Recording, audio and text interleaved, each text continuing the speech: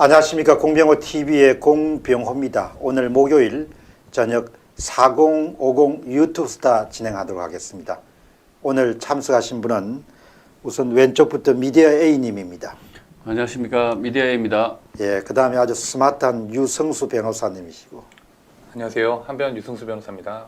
그 다음에 바실리아 TV의 조슈아 님이십니다. 네, 좀 안녕하세요. 땡겨오시죠. 네, 조슈아입니다. 자, 오늘 이런 편안하게 목요일 저녁 아주 생산적이고 유익하고 유쾌한 그런 시간 만들어 가도록 그렇게 하겠습니다. 한 주 잘 지내셨죠? 예. 네. 우선 오늘 좋은 소식을 어느 분이 가져오셨습니까? 조슈아님부터 하시죠. 조슈아? 아, 저부터요? 예. 네. 네, 오늘은 네이버 실검 이야기부터 먼저 해볼까 싶은데요. 내용은 이제 네이버 실검 부정선거만 막았다라는 내용으로 이제 좀 말씀드려볼까 합니다. 일단 먼저 네이버 실검에 대해서 좀 이제 설명을 드리려고 하는데요. 실검은 이제 네이버를 시작을 하면요, 이런 화면이 나옵니다. 근데 이제 그 네이버 실검이라는 게 뭐냐?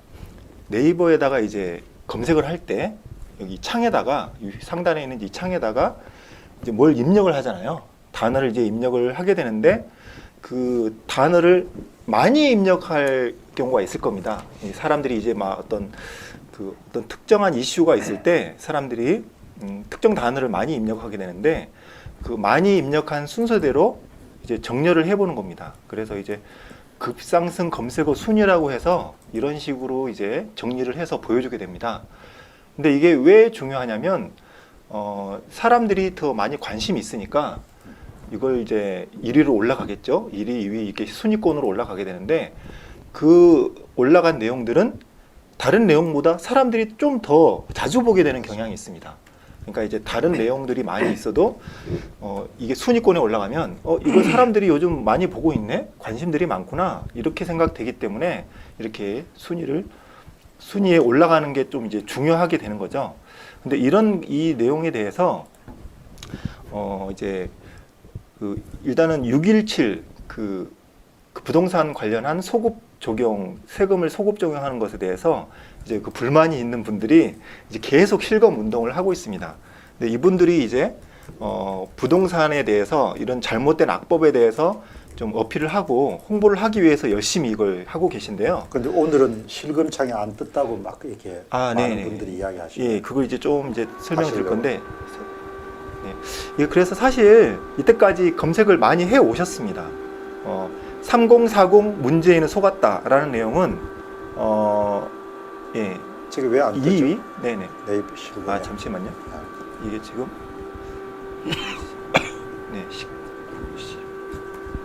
네, 이제 된 것 같습니다. 네, 3040 문재인에 속았다라는 내용으로 7월 17일 날 이제 실검을 했는데 이 2시간 동안 열심히 이제 스마트폰 네. 가지고 입력을 하시는 거죠. 이제 여기에서 이제 피해를 입으신 분들도 물론이고 가족이나 주변 친척들끼리 이제 아는 사람들끼리 열심히 똑같은 단어를 이제 입력을 하는 겁니다. 그래서 이 순위에 올랐습니다. 2위에 이제 올랐거든요. 2위도 오른 것도 이제 사람들이 많이 관심을 가질 수 있는 높은 순위거든요. 그리고 이런 식으로 이제 계속 꾸준히 이제 됐습니다. 진행이 돼서 총선 소급 민주당 아웃이라는 내용으로 이거는 이제 7월 18일에 됐고 이거는 3위에 올랐습니다. 예, 3위도 이제 꽤 올랐고 이제 이런 걸 이게 뭐지? 그 총선 소급 민주당 아웃이 뭐지? 이렇게 눌러 보면은 이제 그 617 그 부동산 관련 내용으로 연결되기 때문에 홍보 이런 식으로 계속 활용해 왔던 거거든요. 근데 몇 가지만 더 보면은 문재인 내려와라는 내용으로 이건 1위 올라갔습니다. 예, 1위. 네, 1위 올라갔고 또 보겠습니다. 그리고 세금 폭탄 문재인 탄핵 이것도 1위 올라갔습니다. 예. 이 7월 22일 건데요. 이런 식으로 계속 활동하고 있는데 문재인 나와 을지로 이것도 1위에 올라갔고요. 7월 25일. 그래서 이제 을지로 입구역에서 이번엔 또 촛불 집회를 했거든요.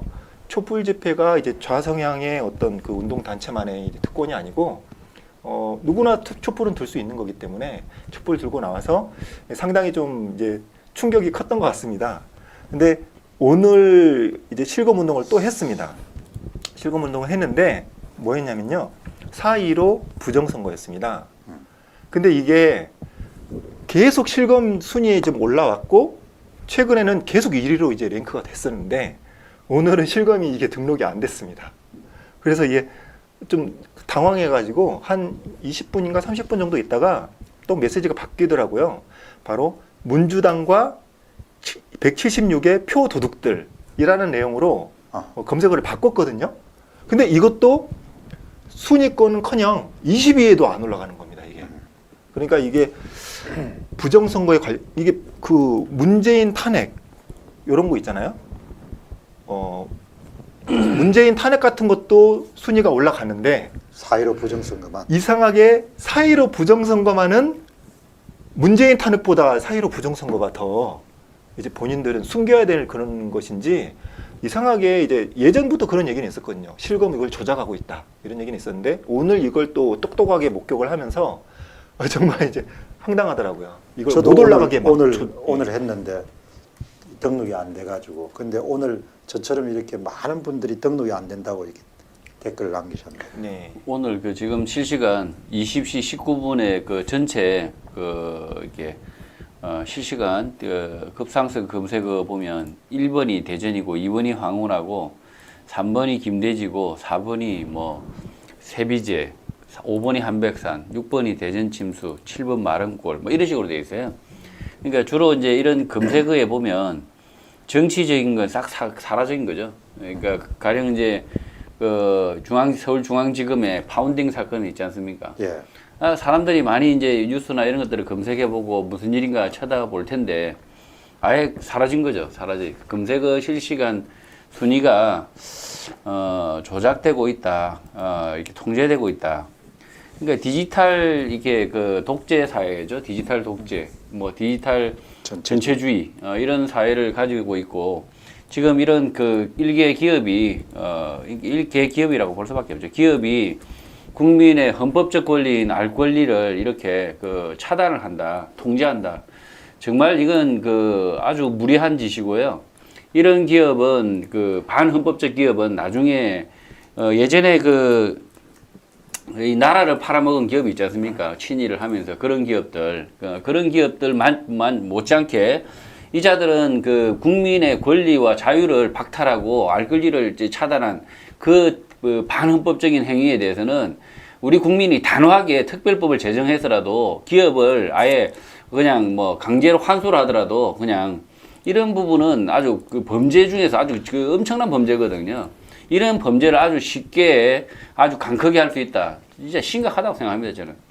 오히려 이제 국민들이 저항하는 거죠. 이렇게 실검 운동을 통해서라도 알리려고 하고, 이렇게 노출시키려고 하고 노력하는데 이 자체를 아예 그냥 국민의 그 노력 자체를 아예 그냥 물거품을 만드는 거잖아요. 예, 하여튼 이건 나중에 4.15 부정선거가 밝혀지고 이 정권이 반드시 무너지고 나면 책임을 물어야 된다고 생각합니다, 저는. 근데 8월부터는 또 네이버가 실검 서비스를 안 한다고 하던데요. 이미 공지를 했대요. 네. 예. 워낙 시비가 심각하니까요. 뭐 선거 운동 기간에도 뭐 그때 한동안 막았었죠. 그때. 예. 네이버에 대해서 또 한 가지 좀 의심되는 거를 사람들이 제기하는 것 중에 하나가 그 이제 공직선거법에 투표용지에 이제 바코드를 기재하기로 되어 있는데 그 이제 공직선거법의 바코드의 정의는 길고 뭐라고 되어 있죠? 그 막대 그래프. 막대 모양이다 이렇게 되어 있는데 그래서 그 전까지는 이제 막대에 대해서 막대는 길고 가느다란 단단한 물건 이렇게 정의가 돼 있었습니다. 네이버 사전상으로. 근데 지금 이제 우리가 이제 그 선거법의 소송으로 이슈가 됐을 때 그 바뀐 거죠. 막대기의 준말 이렇게. 네. 그래서 그것도 이상하다. 네. 그렇게 말씀하시는 분들이 계십니다. 막대기의 준말? 네, 막대기를 줄임말이 막대다. 네.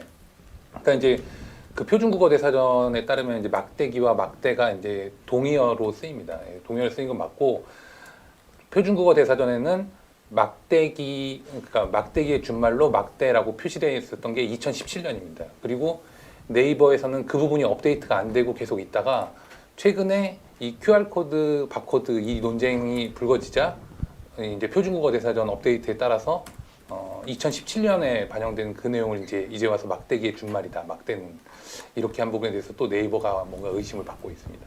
네.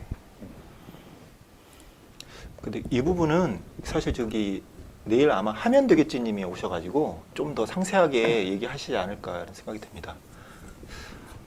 근데 일단은 뭐 네이버 자체가 기업 자체가 구글도 마찬가지고요. 사실 구글 유튜브도 마찬가지고 지금 현재 그 핵심이 그 방통위에 있지 않나 생각하거든요. 방통위에 그 실제 우리 국민의 그 자유를 증진하는 그 방통위가 아니라 우리 국민의 그 알 권리와 그런 것을 보호하는 권리의 방통위가 아니라 이 방통위는 오히려 방송통제위원회, 방송 통제. 예, 방송통제위원회가 아닌가. 대한민국 국민들을 통제하기 위한 그 가장 그 독재 권력이 가장 먼저 이렇게 그 빼앗는 것이 알 권리, 특히 언론 뭐 이런 것이 아닌가 이렇게 생각이 됩니다.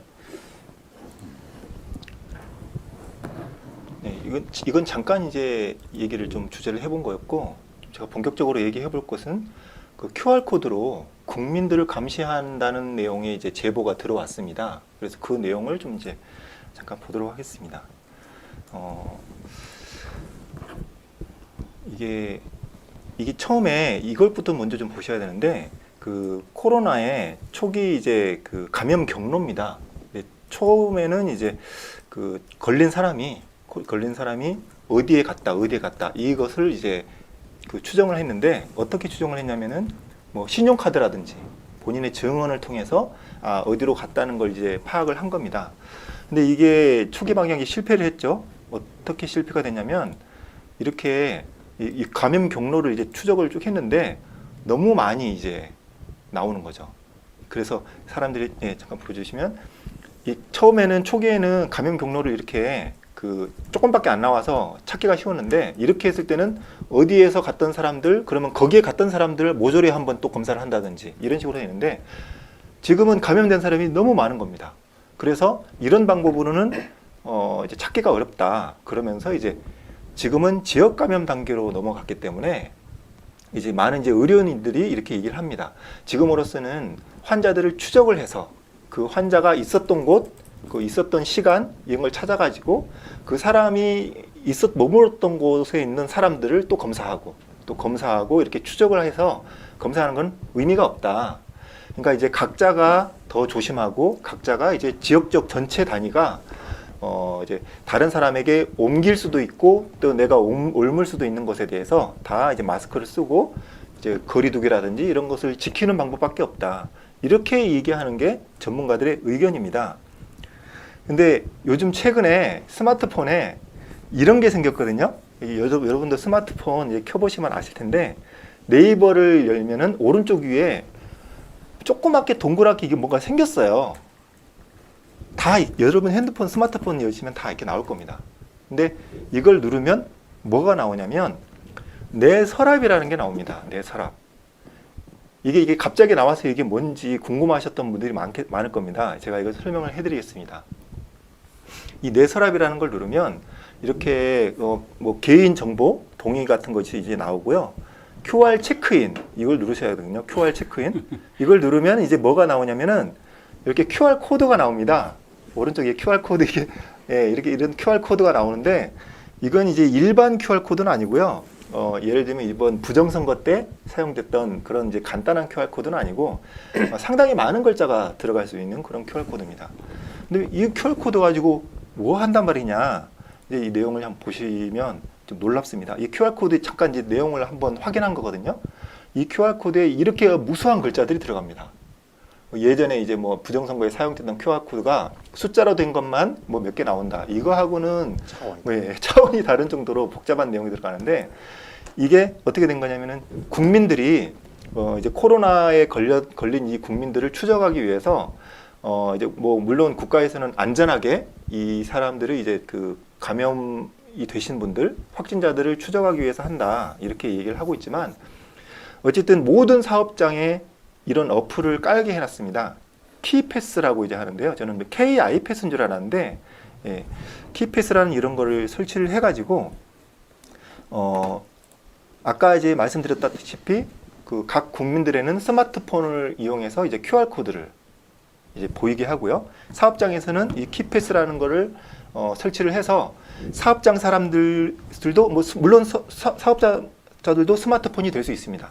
그러면은 이제 저는 이제 스마트폰을 들고 와가지고 사업자도 스마트폰을 맞닿게 연결을 해서 이제 판별을 하게 되는 거거든요.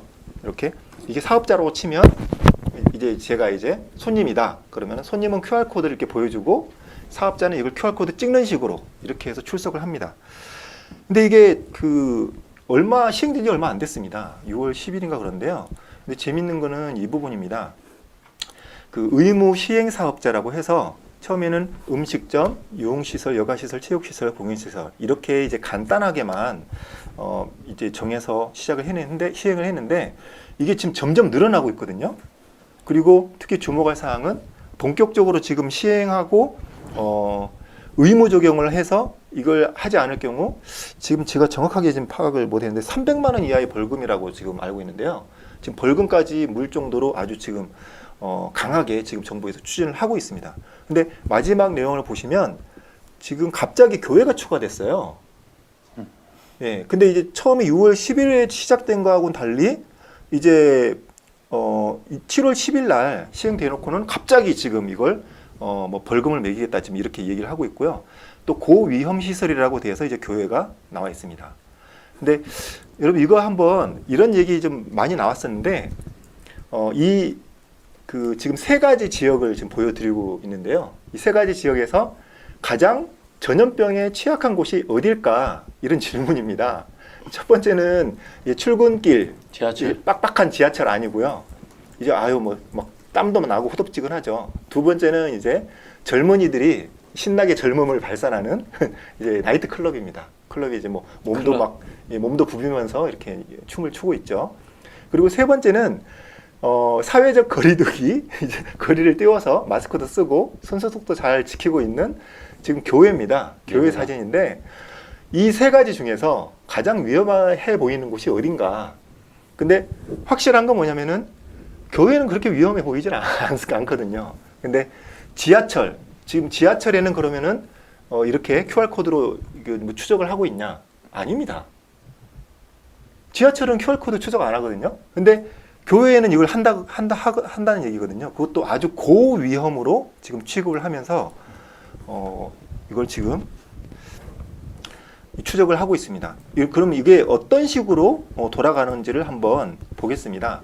여기 그러면은 여기 네이버에서 지금 다 관리를 하고 있거든요. 근데 여러분 네이버가 어디 있어요 하면 네이버는 스마트폰에 있습니다 라고 하시는 분들이 대다수일 겁니다. 근데 컴퓨터를 조금 아시는 분은 네이버는 스마트폰에 있는 것이 아니고 어디에 있냐면은 서버 관리하는 건물이 따로 있습니다. 여기 지금 춘천 지역에 있는 데인데요. 이 네이버 서버 관리하는 이 건물입니다. 그리고 이 안에는 촘촘한 엄청난 이제 서버들이 들어가 있습니다. 한 줄에 18개인데 뭐 끝도 없이 지금 펼쳐져 있는데요. 조금 전 장면 한번 보시죠. 여기가 이제 지어놨어요. 춘천에 이제 뭐 고지대고 또 이제 평균 기온이 낮기 때문에 서버가 이제 열이 많이 나거든요. 그래서 냉각수도 필요하고 그렇기 때문에 춘천 지역에 따로 이제 건물을 만들었던 모양입니다. 근데 이 많은 서버들이 서버실 이름은 또 각이라고 하더라고요. 이렇게 또 이렇게 한자, 중국 이런 거 좋아하는지도 모르겠습니다. 규장각 이런 것처럼. 그런 각, 맞습니다. 그 가격인데, 근데 이제 여기서는 이제 이렇게 설명을 합니다. QR 코드 발급 회사 네이버라고 얘기 안 하더라고요. 근데 네이버가 이제 QR 코드 발급 회사인데 네이버 그 QR 코드 발급 회사와 보건복지부가 정보를 각각 두 가지로 나누어서 담기 때문에 이 정보가 개인 정보가 이제 남용이 될 일이 없다. 우리 국민 여러분들의 개인 정보가 침해될 일은 없다. 이렇게 얘기를 하고 있습니다. 근데 이게 사실 사회보장정보원이라든지 뭐 보건복지부 이게 각자가 어떤 뭐 데이터베이스나 서버를 전 국민의 이제 데이터베이스를 관리할 수 있는 건 아니고요. 사실상은 이제 네이버에 다 들어 있습니다. 네이버가 다 관리를 하는 거거든요. 근데 여기에서 개인 정보와 이동 경로가 네이버에서 다 결국은 관리되고 있습니다. 자, 그러면은 국민 여러분도 이렇게 생각하실 겁니다. 네이버는 믿을 수 있는 회사 아니냐. 예, 내 개인정보 뭐 가져가도 네이버가 뭐 안전하게 지키면 크게 문제 없지 않냐. 이렇게 생각하실 수 있을 것 같습니다. 근데 이걸 보시면은 대형 업체, 대형 인터넷 업체의 정보 유출 사례입니다. 지금 대단히 많은 큰 건들만 나열을 한 건데, 뭐 여기 유출 건수 보시면요, 1,800만 건, 그리고 3,500만 건, 870만 건, 2,500만 건 이런 식으로 해가지고 엄청난 지금 국민들의 중요한 정보, 주민등록번호 포함이고요, 뭐 아이디라든지 메일 주소 이런 것들이 막 이제 유출이 됐습니다. 근데 좀 재밌는 거는 민사소송이나 행정소송 내용을 보면 국민들이 피해를 봤는데도 불구하고 국민들이 승소한 사례가 없습니다. 이게 왜 그런지 모르겠어요. 혹시 변호사님 이거 좀 얘기를 좀 해주실 수 있나요? 왜 이거 국민들이 집단 소송을 했는데 이게 이길 수가 없죠?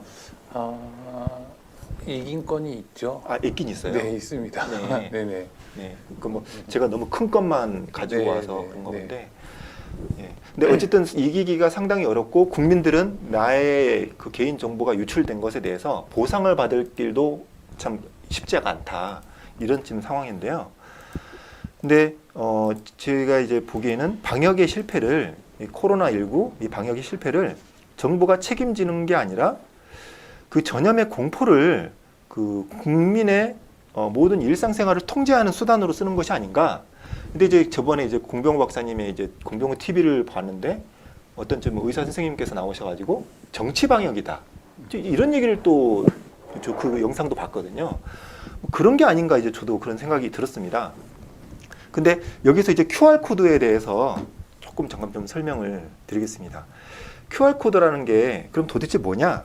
사실 이게 되게 간단합니다. 이게 뭐냐면은 여러분 혹시 베리칩이라고 이름 들어보신지 모르겠는데 베리칩 하면 또 이상한 뭐 음모론 같은 걸 생각하실 수 있습니다. 근데 베리칩은 과학적으로 이미 이제 이 용어는 정의가 돼 있습니다. 베리칩이라는 것은 나를 증명하는 확인용 칩이다 이런 뜻입니다. 근데 이 베리칩이라는 게 처음에는 이제 뭐 바코드 같은 것이 이제 얘기가 나왔었는데 이 사람 몸에다가 바코드를 그릴 수는 없잖아요. 이 문신을 바코드로 넣을 수는 없으니까 이제 겉으로 티가 나지 않게 이제 칩을 심는다 뭐 이런 얘기로 나왔습니다.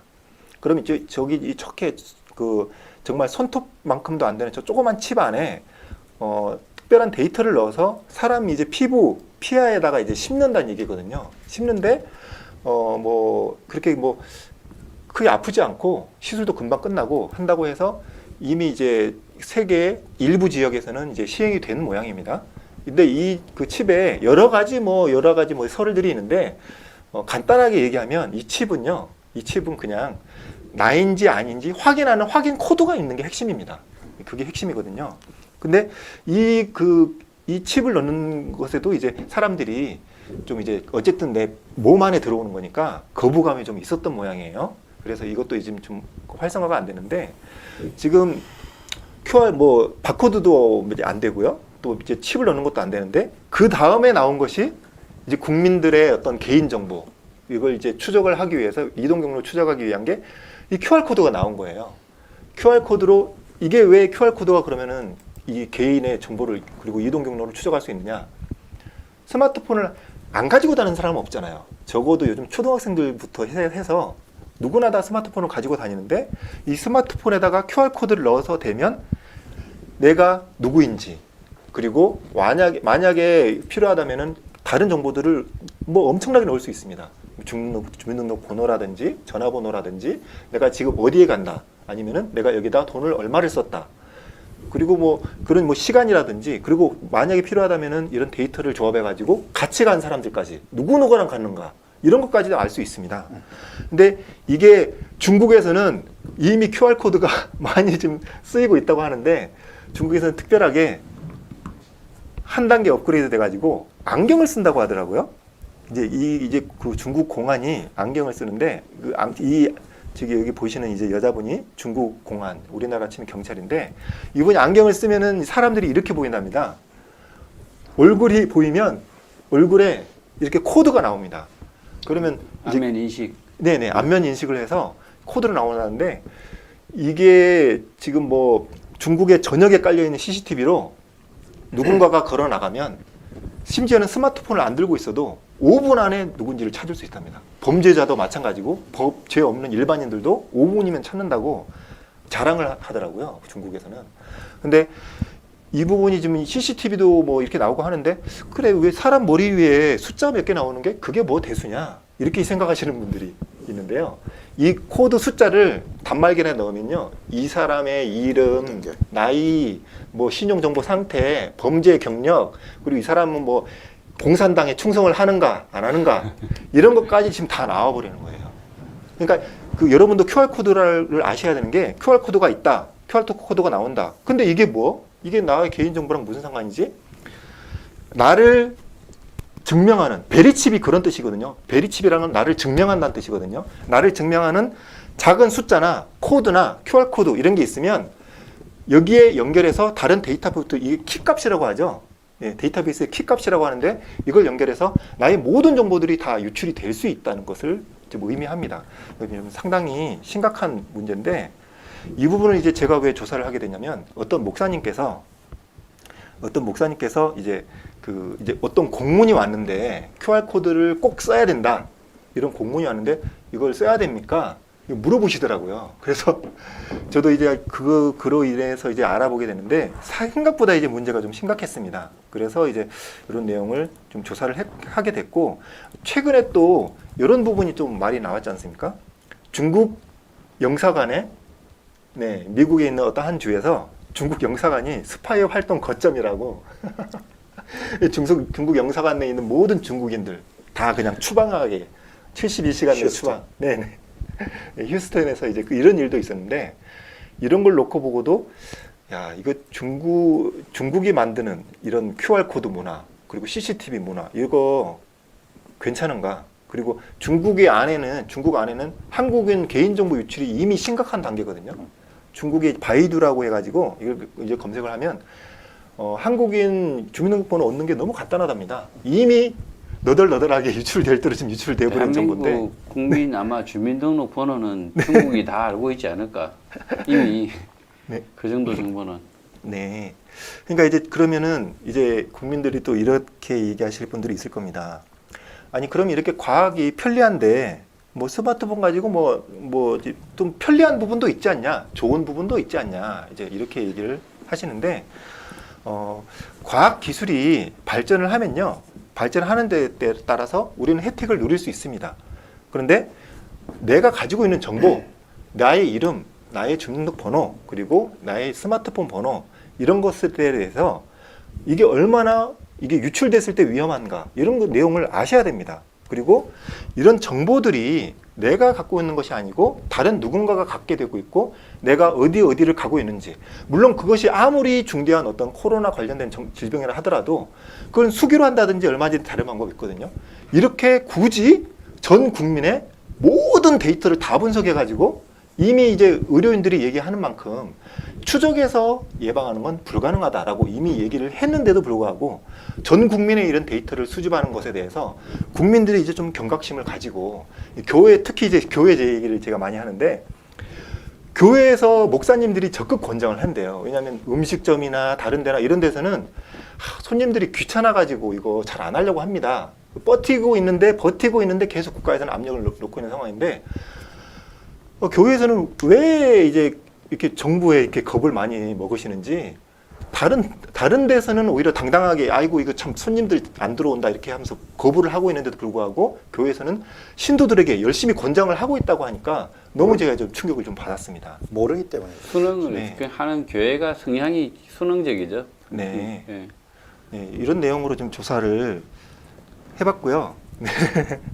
제가 보니까 영국의 어느 TV에서 이런 것을 방영했다고 또 이야기도 하고. 네. 제가 이 QR 코드를 해봤어요 금방. 네네. 네, 나옵니다. QR 코드. 입장을 이게 뭐냐면 입장을 위한 QR 코드라고 되어 있습니다. 입장하려는 시설의 담당자에게 위에 QR 코드를 보여주세요. 이렇게 하면 탁 하면 QR 코드를 보면 이제 찍으면 어떻게 인식되냐면 시간이 다 기록되고요. 네. 그다음에 제 이름도 아마 이렇게 그 입장하는 사람한테 전달이 되겠죠. 입장이 전달되고 제 연락처나 이런 것까지 싹 다 이렇게 전달이 될 것 같아요. 그리고 이런 식으로 하면 그 우리 모든 국민이 이제 통제 사회, 그러니까 이게 공산 사회가 아니라 디지털 전체주의 이렇게 독재 사회 속에서 이런 그 QR 코드 이렇게 통제를 하려고 하는 이런 발상이죠. 그래서 우리 국민들이 그 통신 회사들이 그 예전에 이제 그 예전에 아마 애플이 아이폰 애플이 그 개인의 정보를 이렇게 추적을 해서 이렇게 자시 회사의 어떤 정보로 이용을 한 적이 있거든요. 그러니까 이게 그때 당시에 이제 그 위치 정보를 이렇게 수집해가지고 애플이 네. 그래가지고 심각한 문제가 됐었는데 네. 지금 이 국가가 하려는 짓이 그런 거죠. 지금 결국은 모든 국민이 오늘 어디에 가고 어디에서 뭘 하고 몇 시간 있었는지까지 이제 알 수 있을 정도로 이렇게 자세하게 통제하고 알겠다. 그런 식으로 해서 이제 성향을 아예 그냥 A, B, C, D 등급으로 나누겠죠. 또 이제 등급으로 나눠서 A급 요주의 인물 이렇게 나오지 않을까 좀 심려가 되는데요. 그러니까 저거 뭐 쓰신 거 보고서는 그 무슨 이게 무슨 그 정치 방역이라고 해가지고 그런 의혹이 있다라고 너무 부드럽게 쓰셔가지고 부드럽게 의혹이 제가 아니라 부드럽게 뭐 명백하게 이미 더 입증된 거 아닌가? 왜냐면은 네. 뭐 그 방역의 목적이라는 게 박원순 서울특별시 장례 절차에 따르면은 전혀 그 갖춰질 수 없는 전혀 모순된 그런 방역 조치가 나온 거잖아요, 사실은. 네. 그런 것들 보면 그렇고 지금 뭐 미디어인 말씀하신 대로 이제 이것뿐만 아니라 이제 개인정보보호법도 최근에 이제 개정됐지 않습니까? 네. 그리고 그 가명 정보라고 해서 가명을 써서 어떤 개인에 대한 정보를 제공하는 거는 그 개인의 정보, 그러니까 개인 정보로서 어떤 사람이 식별되지 않기 때문에 그러한 정보를 크게 활용할 수 있도록 그런 규제를 풀었다, 뭐 이렇게 평가를 하고 있습니다. 근데 이제 그것 또한 이제 개인 정보라는 걸 어떻게 볼 거냐의 문제긴 한데.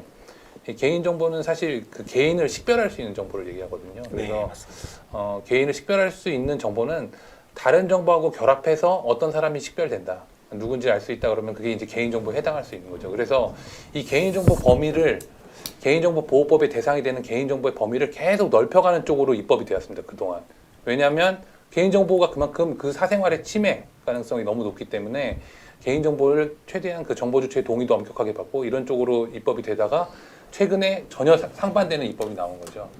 그래서 지금 예전에 이제 대법원에서 그 개인정보보호법 처음에 이제 시행 단계에서 휴대폰 번호가 이제 개인 정보에 해당하느냐 안 하느냐 뭐 이런 걸 가지고 논쟁이 많았습니다. 근데 휴대폰 번호도 당연히 되는 거 아닌가요? 이제 그때 당시에는 휴대폰 번호는 이제 그 번호를 식별하기 위한 정보지 개인을 식별하기 위한 정보가 아니다라는 반론이 있었죠. 근데 이제 다른 정보들과 이제 결합이 되면 당연히 이제 식별이 되는 이제 2단계라고 생각을 해서 개인 정보라고 이미 대법원 판결이 있습니다. 이제 그 이런 식으로 판례도 그렇고 이제 입법도 계속 개인 정보를 보호하는 쪽으로 이제 강화되다가 지금 이제 QR 코드 뭐 이런 것들과 맞물려 가지고 개인 정보를 전부 다 국가가 통제하고 관리하겠다라는 이제 방향으로 완전히 바뀐 건데 그 의도가 어딘지는 뭐 이제 충분히 아실 수 있을 것 같습니다. 근데 아까 정치 방역이라고 얘기하셔가지고 갑자기 좀 생각이 났는데 예전에 그 구리 선관위에서 구리시에 지금 코로나가 발병했기 때문에 모든 집회를 금지하는 이제 그 얘기를 했고 그 행정명령이 나왔고 그래서 실제로 집회를 해산하면서 거기에 대해서 이제 집회를 하지 못하도록 하는 그런 역할로 사용된 것 같은데 근데 이제 제가 이렇게 얘기하는 이유는 거기에서 이제 시위를 하신 분이 진짜 코로나 환자가 있는지를 찾아봤다고 하시더라고요. 찾아봤는데 없었답니다. 구리에? 네. 없었다고 근데 아예 공식적으로 대답을 했죠. 네. 구리시청인가 보건소에 가서. 네. 지금 이게 그 방역이 아니라 통제죠, 통제. 네. 왜냐하면 저는 그 의사분 뭐 말씀 있기 전에도 뭐냐면 지난 한 해 독감으로 돌아가시는 분이 한 2,000에서 3,000명 우리 국내에 발생하거든요. 네. 독감으로. 네. 근데 지금까지 오늘자로 보니까 코로나 바이러스로 인한 사망자가 300명이에요. 300명. 그리고 실제로 이분들이 대부분 다 고령층이거나 실제로 독감 환자와 같은 거죠. 사실 거의. 그래서 실제 독감과 이 코로나 바이러스가 뭐가 다른가 했을 때 법정 전염병으로 분류만 했을 뿐이지 실제로는 이렇게 크게 치사율도 높지 않고 어느 정도 이렇게 충분히 우리가 일상생활에서 잘 통제만 하면 아무 문제가 없는데 이걸 이제 확대를 한 거죠. 저는 그리고 이제 이 그 전염병을 가져온 것을 저는 그 중국이라고 하지 않고 중공이라고 하거든요. 중공. 네, 맞아요. 맞습니다. 중국 공산당.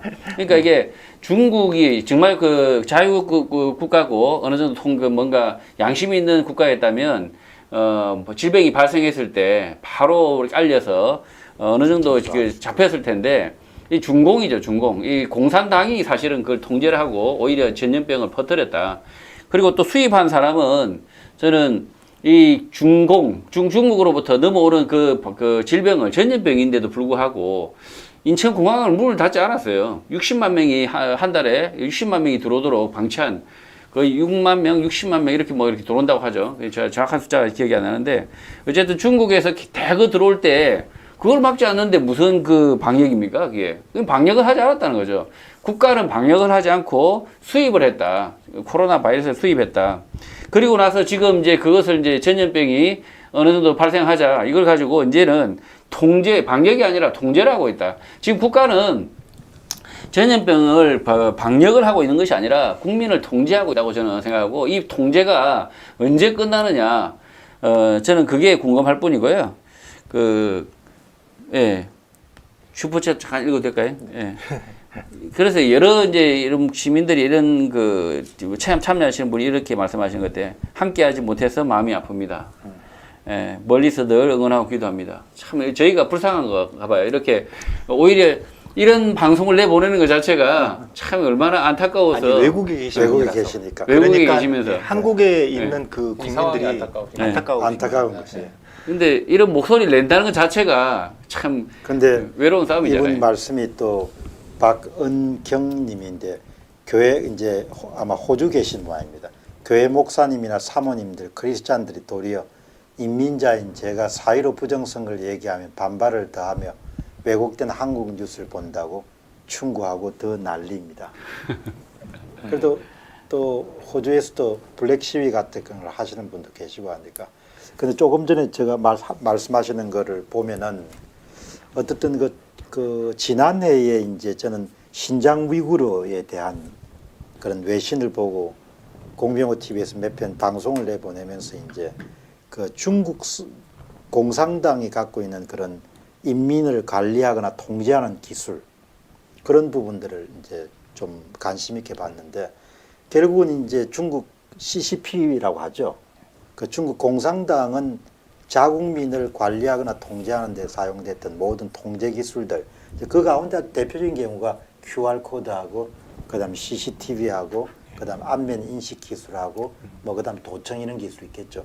그렇게 검증받은 기술을 중국산 상품이나 서비스를 수출하는 것과 꼭 마찬가지 방법으로 통제 관리 기술을 주변 국가들한테 다 수출하는 거죠. 그러니까 아마 이번에 QR코드 같은 경우를 제가 뭐 확정적으로 말씀을 못 드리겠습니다만은 선진화된 국가에서 받아왔을 거라고. QR코드를 이용해 가지고 사람들의 동선을 파악하고 사람들을 이해하고 관리하는 그런 기술들은 아마 그 중국을 가서 보고 아 이게 참 좋은 기술이구나 그렇게 해서 아마 도입을 하고 있지 않느냐 하는 그런 생각을 하게 되죠. 예. 저는 무슨 생각까지 하냐면 그 이제 저희 뭐 블랙 시위도 하고 이제 부정선거 집회도 하고 반정부 집회가 어쨌든 많이 열리지 않습니까? 이제 그런 것들을 막 그 탄압하기 위해서 코로나 뭐 우한 코로나를 이제 막 계속 강조하면서 마스크도 안 썼네 뭐네 막 이러면서 막 뭐라고 얘기를 하죠. 그러니까 사람들이 다 마스크를 쓰기 시작한 거죠. 마스크를 쓰니까 누군지를 모르겠는 거예요. 예를 들면 정부에서. 그러니까 누군지를 모르겠으니까 이제는 그 이제 QR 코드로 뭔가 확인을 하려는 게 아닌가 뭐 이런 생각. 제가 이런 그 정치 방역 이런 의심을 안 할 수가 없는 게 뭐 아까 말씀드린 대로 그 박원순 서울특별시 장례절차 그 얘기도 말씀을 드렸지만 지난주 토요일 그 부정선거 집회가 열렸지 않습니까? 서초역에서. 그때 이제 KBS가 촬영을 왔죠. 그래서 KBS가 촬영을 온 거를 보면서 이제 많은 이제 그 집회 참가자분들께서 되게 기뻐하셨습니다. 뭐 아무리 좋게 안 써도 이 사실이 나가기만 하는 것도 의미가 있다. 이제는 너희들이 드디어 보도가 되는구나 했는데 그 보도된 내용을 보셨습니까? 보도된 내용을 보시면은 보수 단체들이 코로나인데도 뭐 제정신 못 차리고 여기저기서 집회를 한다. 이 내용이 나가면서 서초 집회를 뭐라 그러냐면 검찰 규탄 집회다. 이렇게 보도를 했습니다. 네. 완전히 뭐 좌파 집회로 만드는 거죠. 예. 그러니까 그런 식 그러고 나서 바로 월요일 날 서울특별시가 그 보도를 뭐 인용하진 않았지만 그런 분위기를 만든 거를 틈타서 다시 또 이 집회 금지를 연장하겠다라는 발표를 했습니다. 이거를 바로 뭐라고 보겠습니까? 뭐 정치 방역이라고 하지 않을 수가 없는 거죠. 이런 것들. 네, 지금 현재 그 사주관만 데이터를 보관하겠다 이런 식으로 좀 발표했거든요. 근데 이제 그러면 안전한 거 아니냐 또 이렇게 생각하시는 분들이 있을 수 있어요. 근데 지금 이제 그 정부의 발표 내용을 보면 계속 추가가 됩니다.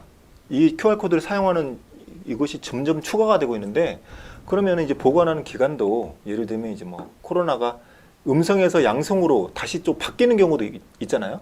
그런 경우의 사례를 들면서 아, 국민 여러분 이제 8주로 좀 늘리겠습니다. 라고 한다든지 이게 또 말을 바뀌고 또 공문을 내서 또 추가하고 기간 늘리고 하는 것이 지금 이미 지금 그렇게 하고 있기 때문에 그 부분에 대해서는 믿을 수가 없습니다. 일단. 믿을 수 없고 네. 사주라는 기간이 결코 짧지 않습니다. 왜냐하면은 뭐 CCTV 같은 것도 보통 2주밖에 보관을 안 하고 그런 네. 것들을 확보하기 위해서 수사기관이 신속하게 증거를 확보하는데 이거는 지금 되게 그 CCTV에 비하면 훨씬 더 경량화된 정보지 않습니까? 네. 되게 약어 축약된 정보를 핵심적으로 담고 있기 때문에 사주를 보관한다는 건 뭐 상당한 정보를 보관한다는 그러니까 뭐 거죠. USB 조그만 USB 안에 전 국민의 이동 경로 한두 달치를 다 넣을 수 있을 겁니다. 그 정도로 작은 데이터니까요. 네. 그 참고로 여기 보시니까 실내에서 마스크를 써야 하지만 실외에서 마스크를 왜 쓰냐고 의사 선생님이 이야기한대요. 저도 그렇게 생각합니다. 식당 갈 때 다 마스크를 쓴 다음에 밥 먹을 때 다 벗죠. 네. 그 밖에서 저는 마스크를 벗고 실내에서는 그러니까 환기를 시키려고 하거든요. 식당에 가면 뭐 일부러 가서 문을 열어놓고 이렇게 식당에도 보면 문을 닫아놓고 있는 데는 이제 열려고 하는데 근데 사실은 앞에도 말씀드렸지만 독감 걸린 게 한 3,000명 가까이 이렇게 그 걸려서 질병으로 돌아가시는 분이 2,000에서 3,000명이고 그러면 독감 건강한 사람이 독감에 걸려서 이렇게 죽을 치사율도 굉장히 낮잖아요. 그런 것처럼 마찬가지로 이 코로나 바이러스도 실제로 걸렸다 하더라도 아마 우리 국민들 중에 상당수는 그러니까 그 걸렸다가 아마 면역이 벌써 생긴 분들이 상당수 있을 거예요, 지금. 그런데도 불구하고 이런 사실들, 이렇게 만약에 전수조사를 하면 굉장히 많은 사람들이 걸려서 나았을 것인데 그것에 대해서 정부가 굉장히 숨기고 있다. 4.15 부정선거 숨기는 것만큼 열심히 숨기고 있지 않나 이런 생각이 들고요. 이렇게 이제 숨기고 감추고 통제해야 되는 이유가 뭘까라고 했을 때 결국은 이 정권이 가짜라는 거죠. 가짜 사입이고, 이 정당성이 없죠. 통치의 정당성이 없는 이 정권이 지금도 국회가 보면 전혀 통치의 정당성이 없는 자들이 모여 앉아가지고 뭐 무슨 위원이니 이렇게 자리를 서로 나눠 앉아가지고 법을 만들어내는 거 보면 정말 기가 막힌다. 이런 사실을 국민들이 많이 알아야 되는데 참 그러다 보니까 참 우리 시청자분들이 화가 많이 나는 것 같아요. 계속해서 이렇게 통제되고 그다음에 이런 유튜브도 이렇게 제한되고 이렇게 하니까 화가 계속 나는데요. 예, 어쨌든 뭐 시원한 어떤 소식이 좀 있어야 되지 않나. 이제 좀 답답하니까 사이다 발언 좀 하시죠. 네?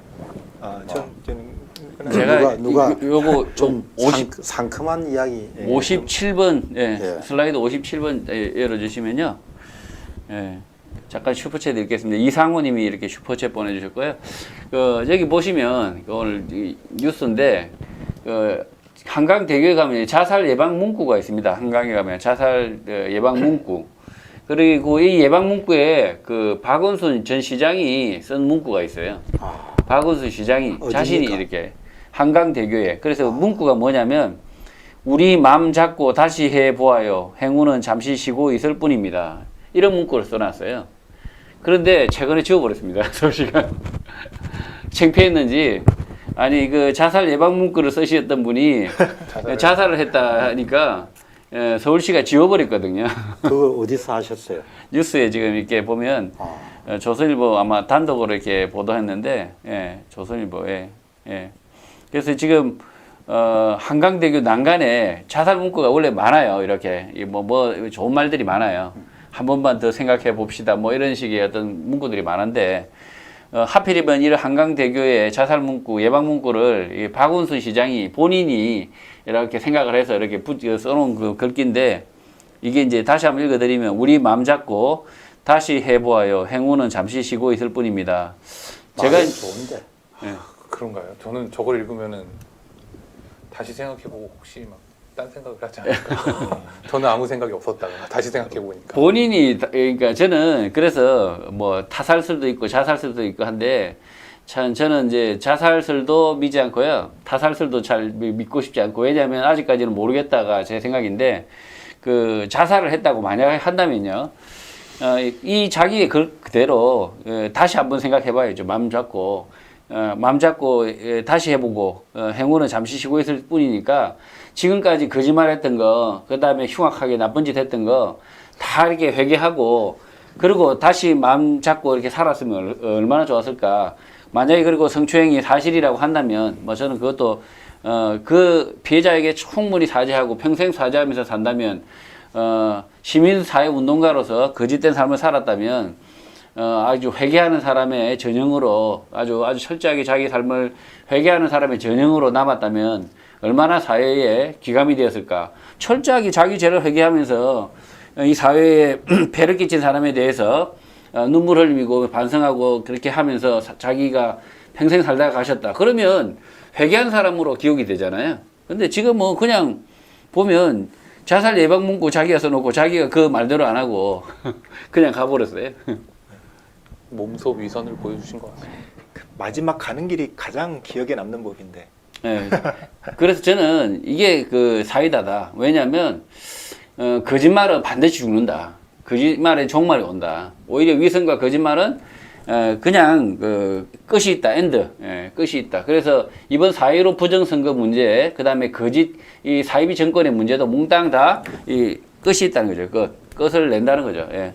그래서 저는 충분히 요런 뉴스들이 우리 국민들이 오히려 참 그래 이런 생각으로 아마 뉴스를 접하실 거예요.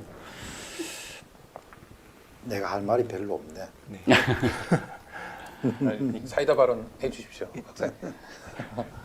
다음 순서가 어떻게? 지금 조금 이 방송 수위가 이제 걱정되는 게 중국 중공이 나오잖아요. 중국 중공이 자꾸 등장하면 이렇게 유튜브에서 아주 극렬한 이렇게 뭔가 저항이 있는 것 같아요. 알고리즘 자체에다가 중국 들어가거나 중공 들어가거나 하면 상당히 어떤 저항이 있는 것 같아요. 그러니까 디지털 알고리즘이죠. 저는 뭐 이렇게 물리적인 저항이 아니라 그래서 뭐 중공자, 뭐 중국자만 들어가도 그냥 노딱으로 변하더라고요. 그래서 조금 그 부분에 대해서는 조심을 하는데 왜냐하면 이렇게 영상을 닫아버리면 국민들한테 알릴 그 채널이 사라지니까 조심을 하는데 참 중국과 중공은 분리해야 된다는 생각이 들어요. 저는 중공은 중국 공산당 정권은 진짜 그야말로 이 지구상에 남아있는 악의 축이 아닌가. 북한 그 공산 정권과 마찬가지로 이 두 양대 그 악의 축이 아닌가. 저는 그렇게 생각하거든요. 근데 이제 요즘에 이제 그 뭐 유튜브 관련해 가지고 또 계정이 폐쇄가 되는 그런 경우들도 있잖아요. 예. 주변 사람들만 하더라도 그런 이야기를 많이 듣는데 어쨌든 뭐 약간 그런 발언할 때 뭐 아하고 어가 다르니까 약간 그렇게 조절하는 것도 운영의 명 같아요. 네, 그래서 저는 중국인들을 사랑한다고 열심히 떠들거든요. 네. 중국인들은 정말 제가 이렇게 보니까 이제 제가 만난 중국인들 참 이렇게 순박한 분들 많고, 참 저희가 뭐 그 중국에서 태어나고 싶어서 태어난 게 아니잖아요. 그분들이. 저는 여기서 태어났고 그분들은 거기서 태어났지만 서로 인간으로서는 정말 정말 이웃으로 사랑해야 될 그 존재들이고 정말 만나보면 깍듯하고 막 이렇게 조금 뭔가 배려하고 이렇게 하는 것들 볼 때 뭐 크게 우리 그 한국인들과 다르지 않다. 오히려 더 중국인들 중에서 친절하고 배려심 있는 중국인들 많다. 그러나 중국 공산 정권이 문제죠. 지금 우리 그 한국의 문재인 정권처럼요. 예, 정권이 문제다. 저는 그래요. 네, 다음은 어떤 분이? 예, 제가 네. 말씀드려야 되네. 예. 지금 제가 말씀드릴 건 아닌데 저기 세 번째로 가시죠. 예. 세 번째요. 예. 네. 예. 그 파운딩. 예. 잠깐. 네. 지금 뭐 시사 이 문제에서 아 이거는 나도 좀 할 말이 있어. 변호사님이 일단 운을 떼주시죠. 네. 저거 일단 제가 물어보고 싶은 건 저게 일러스트 하신 생각들인데. 분이 진짜 리얼하게 묘사하신 것 같아요. 네, 그 예. 진술을 바탕으로 해서 일러스트를 했다고 들었습니다. 예, 그러니까 예. 저도 저렇게 상상했거든요. 네, 네. 그 몸을 던져 가지고 눌러 제끼는. 눌러 가지고 네. 그 6명이 그걸 지켜보고 있었잖아요, 그죠? 네. 거의 한 판의 그 활극이라 합니까 그걸?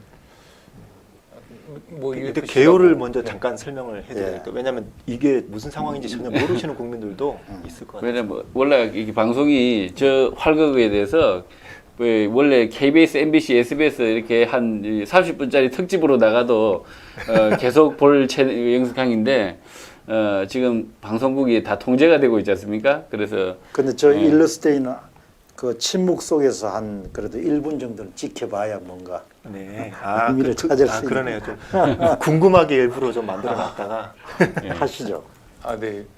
갑자기 저걸 네. 말씀을 해주셔가지고 이제 그 어쨌든 그 앞에 그 어떤 그 사건의 배경은 충분히 아실 겁니다. 이제 뭐 검언 유착이다 뭐 이런 식으로 이제 프레임을 씌워서 이성윤 검사 그러니까 중앙지검장을 이제 비롯한 이제 그 수사팀이 그 한동훈 검사장에 대한 압수수색을 실시했습니다. 그래서 압수수색을 이제 개시하는 시점에서 이제 변호인의 조력을 받을 권리가 당연히 있습니다. 압수수색은 이제 강제 수사에 해당하기 때문에 그렇기 때문에 이제 변호인의 조력을 받겠다라고 하면서 한동훈 검사장이 그 변호인에게 연락을 해도 되느냐라고 이야기를 했고 그때 이제 그 정진웅 부장검사라고 하는 그 압수수색을 이제 지휘하던 부장검사가 그렇게 해도 좋다라고 이야기를 했고 그리고 나서 이제 전화를 이제 변호인에게 걸려고 이제 한동훈 검사장이 하는 순간 그 몇 가지 이제 버튼을 누르는 걸 보고 그 전화기를 뺏고 하면서 이제 몸을 던졌죠, 일단. 저렇게 저 상황이 이제 그냥 뭐 말로 설명할 거 없이 저 상황이 벌어진 겁니다. 예. 그래서 이제 일단은 저게 만약에 저 위에 있는 사람이 검사고 밑에 있는 사람이 그냥 일반 국민이다. 그러면은 이게 되게 심각한 문제인 것 같습니다. 예, 일단 먼저 지금 그러니까 그런 상황도 심각하다. 일반 피의자한테도 저렇게 하지 않습니다. 지금 예, 저렇게 하면 반드시 문제가 되고요. 저걸 바로 이제 독직 폭행이라고 그러죠. 독직 폭행. 예, 독직 폭행이라고 하죠. 근데 저 이제 놀라운 거는 이제 저 깔려 있는 사람이 검사장이라는 거죠. 예, 이건 정말 놀라운 겁니다. 이제 정말로 이제 지금 공 박사님 이렇게 막 너털 웃음 지으시는 것처럼 정말 어이없는 상황이 벌어진 겁니다. 그러니까 저 상황이 저 깔려 있는 사람이 지금 일반 국민이라도 말도 안 되는 일이 2020년도에 벌어진 건데 저 깔려 있는 사람이 피의자라고 하지만 어쨌든 현재 검사장의 신분을 갖고 있는 분이고 그리고 또 그 위에서 누르는 사람은 어쨌든 부장검사다. 예. 근데 부장검사가 검사장을 저렇게 누르고 있는 거죠. 예. 그러면은 이제 기본적으로 뭐 국민으로서 어떠한 뭐 검사장도 국민이니까 그 강제 수사에 있어서의 어떠한 변호인의 조력을 받을 권리, 뭐 신체 자유를 침해 당하지 않을 권리, 뭐 이런 것들은 당연히 침해가 된 것이고요. 저거는 바로 지금 현재 우리나라의 질서가 완전히 무너지고 있는 것이다. 예, 그렇게 보여지는 겁니다. 그러니까 이제 저는 뭐 굳이 이제 한마디로 저 그 그림을 보면서 어떠한 식으로 우리가 생각할 수 있냐면 저 밑에 깔리는 사람이 지금은 검사장이지 않습니까? 그렇죠. 저 밑에 깔린 사람이 이제는 곧 법관이 될 것이고 저 밑에 깔린 사람이 이제 곧 대법관이 될 수도 있습니다. 네, 얼마든지 이제 그 다음 차례는 이제 대법관이다. 네, 이렇게 봐도 저거를 누가 뭐 부인할 수 있겠습니까? 지금 그만큼 검사든 뭐 법관이든 뭐 대법관이든 그 어떠한 그런 수사기관이나 뭐 사법기관들에 대한 신뢰를 스스로 무너뜨리고 있는 현상이다 저거는. 그리고 국가의 기본적인 질서라는 게 있고 뭐 어떻게 보면 또 뭐 도덕 같은 것도 있지 않습니까? 그러니까 도덕으로서도 뭐 말이 안 되는 거죠. 모든 거를 그러니까 법과 뭐 도덕과 원칙과 상식을 모두 다 제압한 정진웅 부장검사님 대단하신 것 같습니다. 네. 올해 52세죠. 네, 네. 그리고 한동훈 검사장이 47세고. 네. 그러니까 제가 그거를 저녁에 방송을 마치고 들어가서 이거 보고 있죠. 저 소회를 조금 말씀드릴게요. 너무 충격받은 거 있죠. 진짜 충격. 그래가지고 내가 옷을 벗자마자 저녁에는 방송을 안 하는데 바로 몇 자 적어가지고 대본 없이 그냥 바로 앉아가지고 그냥 막장 인생인가 이렇게 해가지고 방송을 그냥 실시간 바로 내보냈거든요. 노란 딱지를 딱 붙이던데. 노딱 되셨어요? 네, 당연히 녹착지죠, 이거는.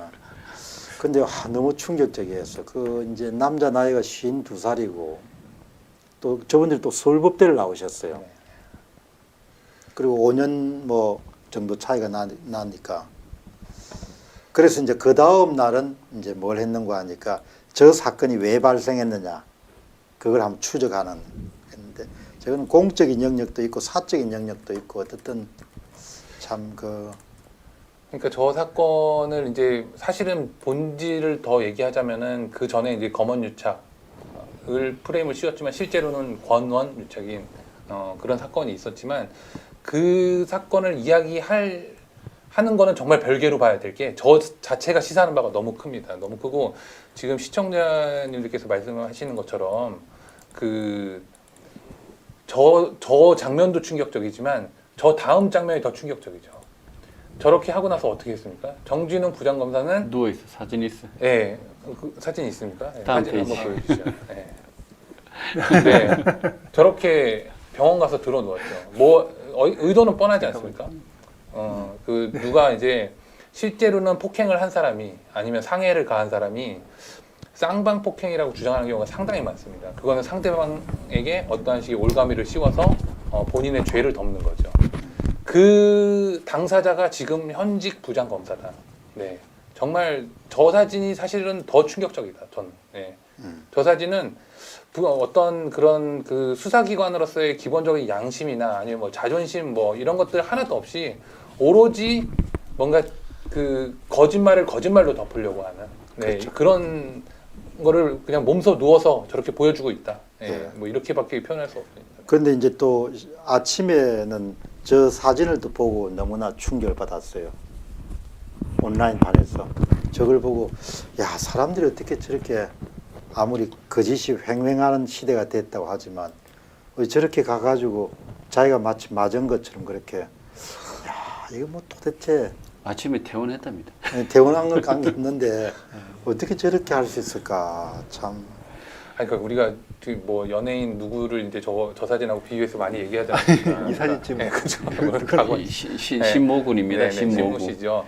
그러니까 연예인에게도 엄청난 비난이 가해졌지 않습니까? 저런 뭐 꾀병이죠. 꾀병을 포장한 어떤 그런 것들에 대해서. 신모군의 댕기열. 그러니까 연예인도 저렇게 하면은 비난을 그만큼 받았는데 부장검사가 검사 중에서도 아주 뭐 선임 검사급에 속하는 부장검사가 저런 행위를 하면서 창피하지 않다라는 거는 정말 아니 저 같으면 사실은 정말로 아파도 안 아픈 척을 하겠습니다 진짜로. 예, 근데 저렇게 하면서도 그걸 어떻게 뭐 법적으로 평가해 달라는 식으로 하는 거는 정말 법조인이 법을 알아서 그거를 그냥 교묘하게 이용하려고 하는 그냥 뭐 법 사기꾼 뭐 이런 정도로밖에 평가를 할 수가 없습니다 도저히. 당황했겠죠 본인은. 네. 저 모 유튜브요. 황뭐 알림이 뭐냐면 공무집행방해다. 공무집행해서 저렇게 파운딩을 했다. 이런 식으로 이렇게 프레임을 짜고 방송을 하더라고요. 부끄럽지 않은가 몰라요. 그리고 그 다음 날 바로 그 뉴스가 나왔죠. 하루 만에 그 서울중앙지검이 자백을 했습니다. 네. 그러니까 한동훈 공무집행방해 없었다. 아예 이렇게 자백 뉴스가 나갔고요. 다행이네. 예. 그렇게 할 수밖에 없는 상황이었던 거죠. 그리고 뭐 저거를 어떻게든 뭐 잘못이 있었으면은 카메라 이야기했을 텐데 촬영도 있었고 예. 목격자도 너무 또 많고. 목격자도 너무 예, 많았고 예. 그러니까 어떻게 해볼 도리가 없었던 것 같아요. 그래도 아마 저분을 이름이 뭐였죠? 내가 정진웅 정진웅. 검- 정진웅 부장 검사를 또 보호할 겁니다. 우리 팬이니까.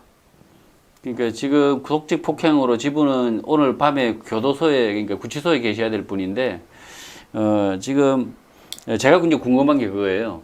원래 그 이렇게 압수수색 영장을 가지고 오면 변호사 조력 받을 권리가 있잖아요. 있습니다. 그러면 변호사님 올 때까지는 아무 짓도 안 해야 되는 거 아니에요? 그렇죠. 전에 그 뭐 조국 부인 때, 할 때 보니까 한 몇 시간을 기다려 주던데. 그렇죠. 예. 기다리다 지쳐서 짜장면도 먹고. 짜장면도 먹었나요? 네. 그것도 짜장면 먹었다고. 네. 아유.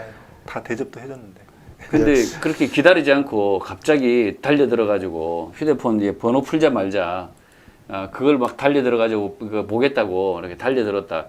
도저히 납득이 안 되고요, 저는. 이게 무슨 야수가 아니고 이게 갑자기 그러니까 짐승들은 이게 갑자기 달려드는 경우가 있거든요. 그러니까 개 같은 경우는 어르렁거리다가 갑자기 그러니까 불시 달려들긴 하는데 사람이 저렇게 갑자기 달려들면 너무 당황스럽잖아요. 저게. 쌓인 게 많았던 것 같아. 예. 쌓인 게. 근데 좀 뭐 좀 또 지역색 이런 얘기 좀 하기도 그렇지만 저분이 이제 출신이 또 순천 고등학교 출신이라고 또 그게 말이 많더라고요. 그러니까 뭐냐면 명문이었어요. 네. 옛날에. 그 지역색을 이야기하는 것이 아니라 그 지역 감정이 아니라 어떤 전라도 그 검사가 저렇게 무도한 짓을 해서 욕을 먹는다. 그러면 전라도인이 수치죠, 사실은. 네. 근데 수치로 알아야 되는 거예요. 사실 전라도인들도 수치로 알아야 되고요. 경상도 검사가 저런 흉악한 짓을 하면 경상도 사람으로서 수치로 알아야 돼요, 사실은. 그래서 그게 지역 감정이 아니라 사실이죠, 팩트. 지금 우리가 네. 이 저 아슬아슬한 그 위험 수주가 그런 이야기를 말라 해가지고 지금 네. 죄송합니다. 아니 저도 그쪽이 고향이기 때문에 참 답답하고 죄송한 마음이 들어서 순천고등학교는 명문이죠. 제가 대신해서 사과드리겠습니다. 그러니까 지역 감정과 저는 지역 감정과 사실은 이렇게 그 구분해야 된다. 아니 그 경상도 남자들이 좀 뭐 이렇게 무뚝뚝하다 뭐 이렇게 이야기하는 것은 지역 감정 아니죠. 그냥 사실이죠. 뭐 무뚝뚝한 걸 어떻게 해요? 그냥 이게 타고난 게 그런데 그걸 가지고 무슨 경상도 남자 무시하냐, 왜 차별하냐, 뭐 이렇게 하진 않잖아요.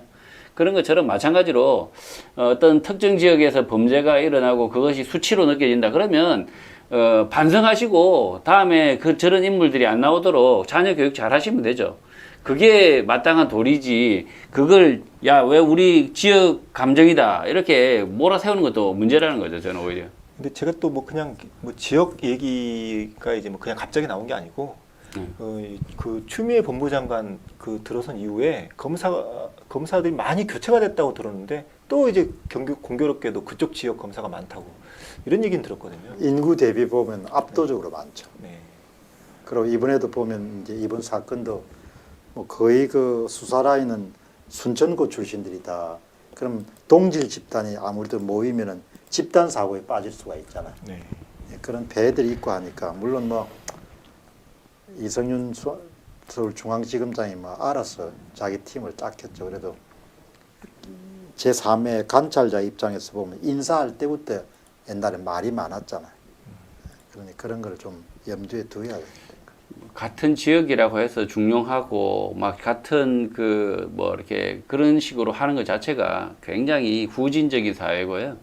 그러니까 이게 어떤 같은 지역의 사람이니까 그러니까 옳지 않은 일도 그냥 가담해서 저렇게 무지막지하게 대응을 하고 저는 대행이라고 보거든요. 서울중앙지검의 그 정진홍 부장 검사가 뭐 이게 사실은 이렇게 파운딩이죠. 그 UFC에 나오는 그 그냥 파운딩 뭐 폭행을 했는데 이런 것은 거의 뭐 저는 개인적인 원한이 쌓여가지고 저렇게 했을까? 무슨 뭐 돈을 빌렸는데 안 갚아서 그건 아니잖아요. 그러면 결국은 누군가의 그 심기를 대행한 것이 아닌가. 그러면 저렇게 옳지 않은 일을 같은 동향이라고 같은 뭐 이렇게 뭐 같은 고등학교, 같은 대학교 이렇게 출신이라고 해서 막무가내로 행동을 하고 움직인다. 이건 진짜 후진적이다.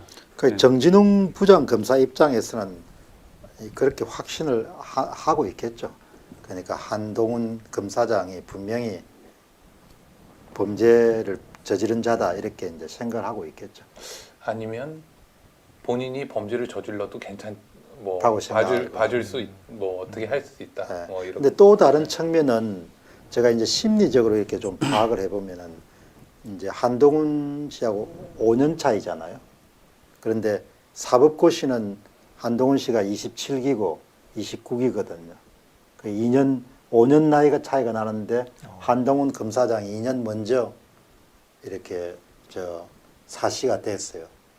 그러니까 그렇게 하고 이제 그 다음에 이 두 사람이 내가 보면은 검사가 된 다음에도 한 사람은 계속 이렇게 선두 그룹에 섰고 그다음에 또 한 사람은 뒤를 이렇게 좀 쫓아가는 입장이 된 것. 다 서울법대를 나왔지만 그런 데서 오는 어떤 자격지심이라든지 이런 부분들도 나는 좀 있었을 것 같아. 그거는 뭐 이제 확정적으로 이야기하기 힘들죠. 사적인 문제니까. 그런 게 이제 막 쌓이고 해가지고 이제 그 왜 살다 보면 코드가 잘 안 맞는 남자도 있잖아, 그지? 그래서 그게 욱해가지고 그냥 때리는 그런 상황이 벌어진 것 같아. 전체적으로 봤을 때 그림이 이제 정진웅 부장이 그 한동훈 그 검사장을 파운딩했다, 폭행을 했다 이렇게 해서 하는 이유는 뭘까라고 했을 때 일단은 윤석열 검찰을 내쫓겠다. 이게 목표라고 생각하고요. 그리고 이 한동훈 검사장이 물러나지 않으니까 이렇게 좌천시켰는데도 물러나지 않고 버티고 이렇게 있으니까 어떻게든 망신을 줘서라도 이렇게 굴욕감을 줘서라도 내쫓겠다라는 의지가 결렬한 의지를 표명하면서 저렇게 이렇게 막 파운딩을 하고 폭행을 했는데 실제로 완전히 또 거꾸로 됐습니다. 이것 때문에서 못 쫓아낼 명분이 없어진 거죠. 지금 윤석열 검찰을 또 마찬가지로 임기제 검찰총장인데 지금 이제 검찰총장을 뭐 잘하든 지금 저는 잘한다 생각 안 하거든요. 4.15 그 부정선거에 대해서 수사를 하지 않는 윤석열 검찰에 대해서 절대 잘하고 있다 생각하지 않지만 거꾸로 또 이제 이런 검찰을 또 그냥 그 파운딩하고 때리고 막 이렇게 해놓고 또 이제 결국은 또 내쫓았다. 그래도 지금 이 정권은 어쨌든 뭐 막장이다 이렇게 해서 내쫓는 순간 이 정권이 과연 버틸 수 있을까? 오히려 수사하지 않는 그 4.15 부정선거를 수사하지 않는 이 검찰도 버틸 수가 없겠지만 이 현 정권도 만약에 이렇게 무리한 수사하면서 모욕감을 주면서 심지어 사람을 이렇게 폭행을 하면서까지도 이렇게 내쫓으려고 하지만 결국은 이건 막장 활극 그러니까 이게 임기 정권 말의 현상 아닌가라는 생각을 하거든요. 그런데 그 이제 보면은 이번 사건을 보면서도 하나 이렇게 우리가 주목해야 될 거는 이 사회의 기강이나 이런 것이 엄청나게 많이 무너져 버린 거예요. 그러니까 50대 남자 정도가 이 정도로 상급자를 그냥 막 몸으로 덮쳐가지고 그냥 누르고 이런 건 저거는 이 일러스트 같은 경우를 일러스트 한번 보시죠. 네. 이거는 내가 경남 통영 출신인데 이거는 옛날에 7살 때, 10살 때 많이 한 거거든요. 그때는 애들이 놀 게 별로 없으니까 그냥 실 깔아뭉개가지고 막 패고 그랬잖아, 그죠?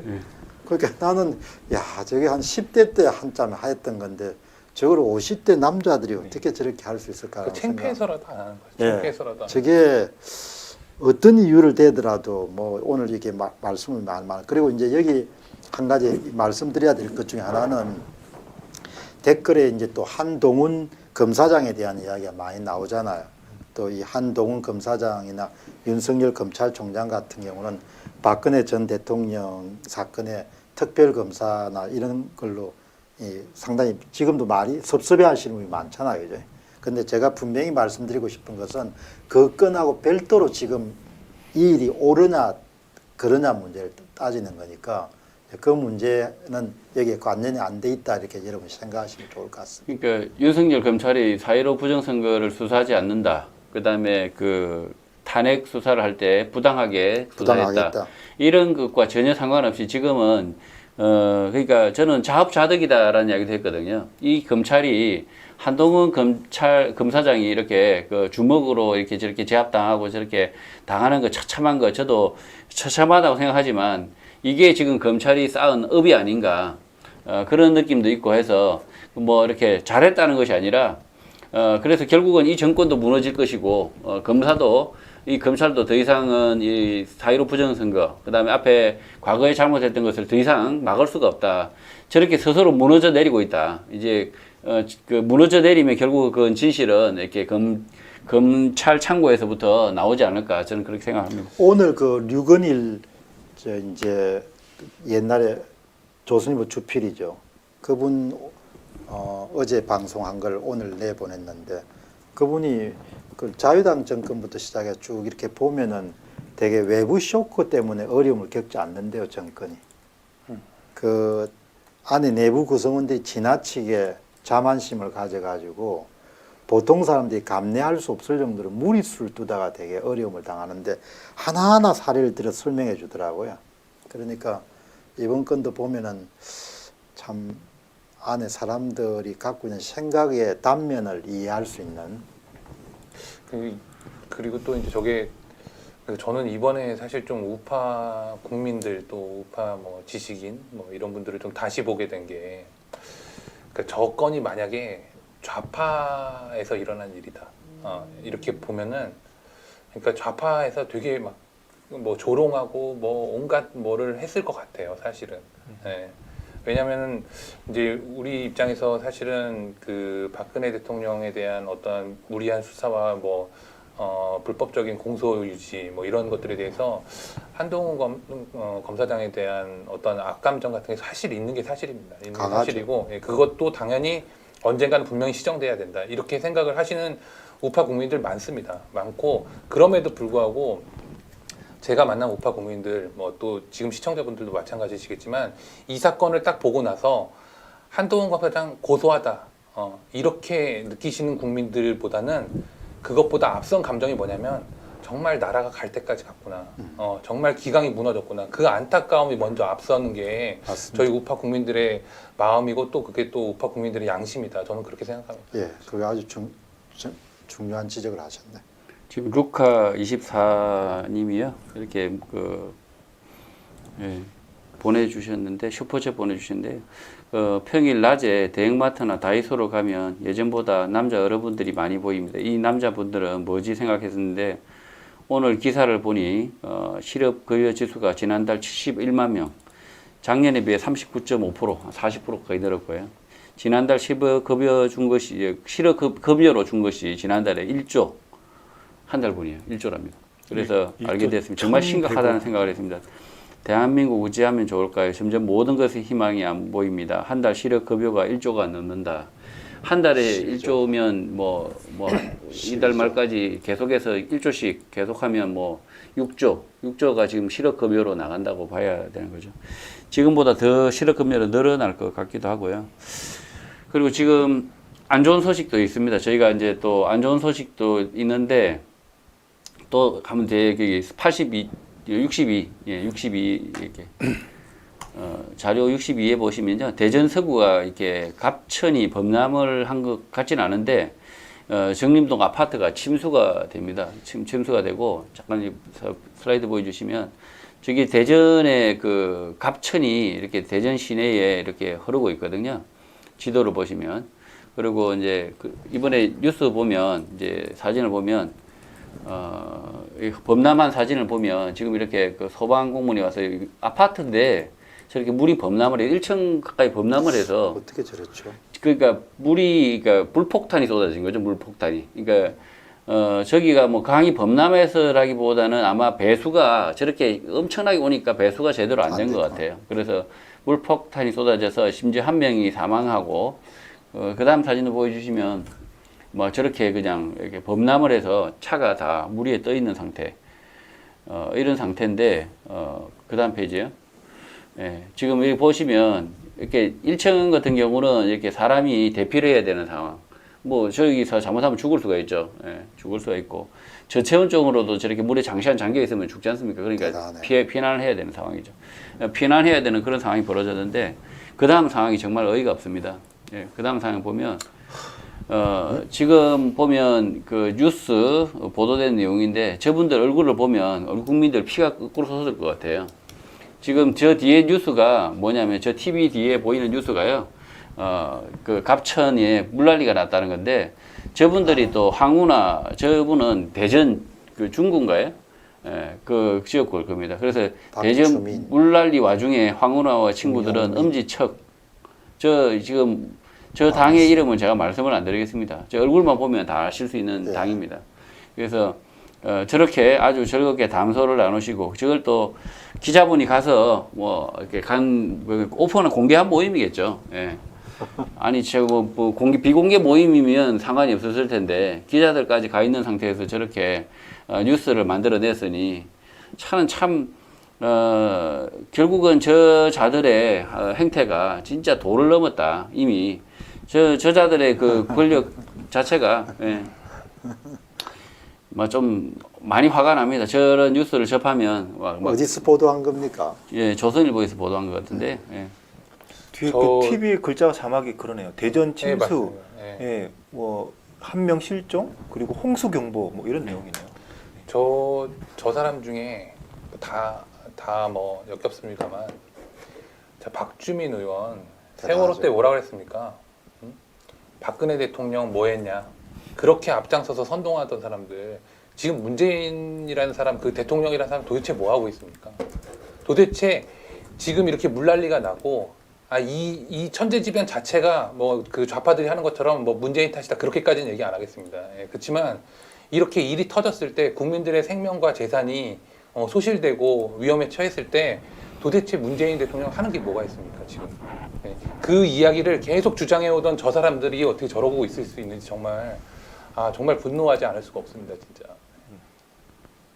유성수 변호사님이 좀 많이 말씀해 달라고 네. 그렇게 여기 지금 딴 사람들 말씀을 좀 아니, 드리고 뭐 이렇게 이야기 나왔어요. 네, 인기가 많으십니다. 네. 아닙니다. 네. 뭐 시간이 많이 갔는데요. 아. 뭐 이제 짧게 요거 하고 예, 우리 마무리하면 본연의 될까요? 업무를 해야 예. 되기 때문에. 첫 번째 이제 그 특별 사전 투표 이야기를 해야 될 것 같은데,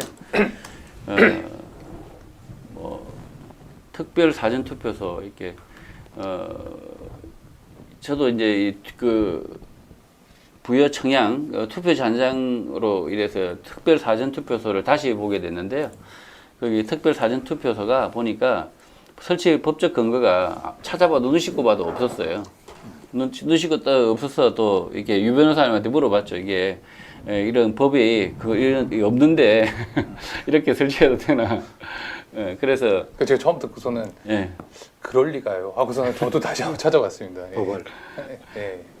제가 또 멍해가지고 이렇게 이렇게 감염병이 있을 때는 뭐 특별 사전 이렇게 뭐 전쟁이나 뭐 이런 그 외환이 있을 때는 선거를 이렇게 특별하게 할 수 있는 어떤 법적 근거가 있는 줄 알았어요. 그래서 저도 열심히 그 네이버 이렇게 법조항에 들어가서 열심히 또 검색도 해보고 구글링도 해보고 해봤는데 역시나 없었어요. 없어가지고 처음에는 어리둥절했어요. 저희 이게 법적 근거도 없는 그 만약 행정이 있을 수 있나 아무런 근거도 없이.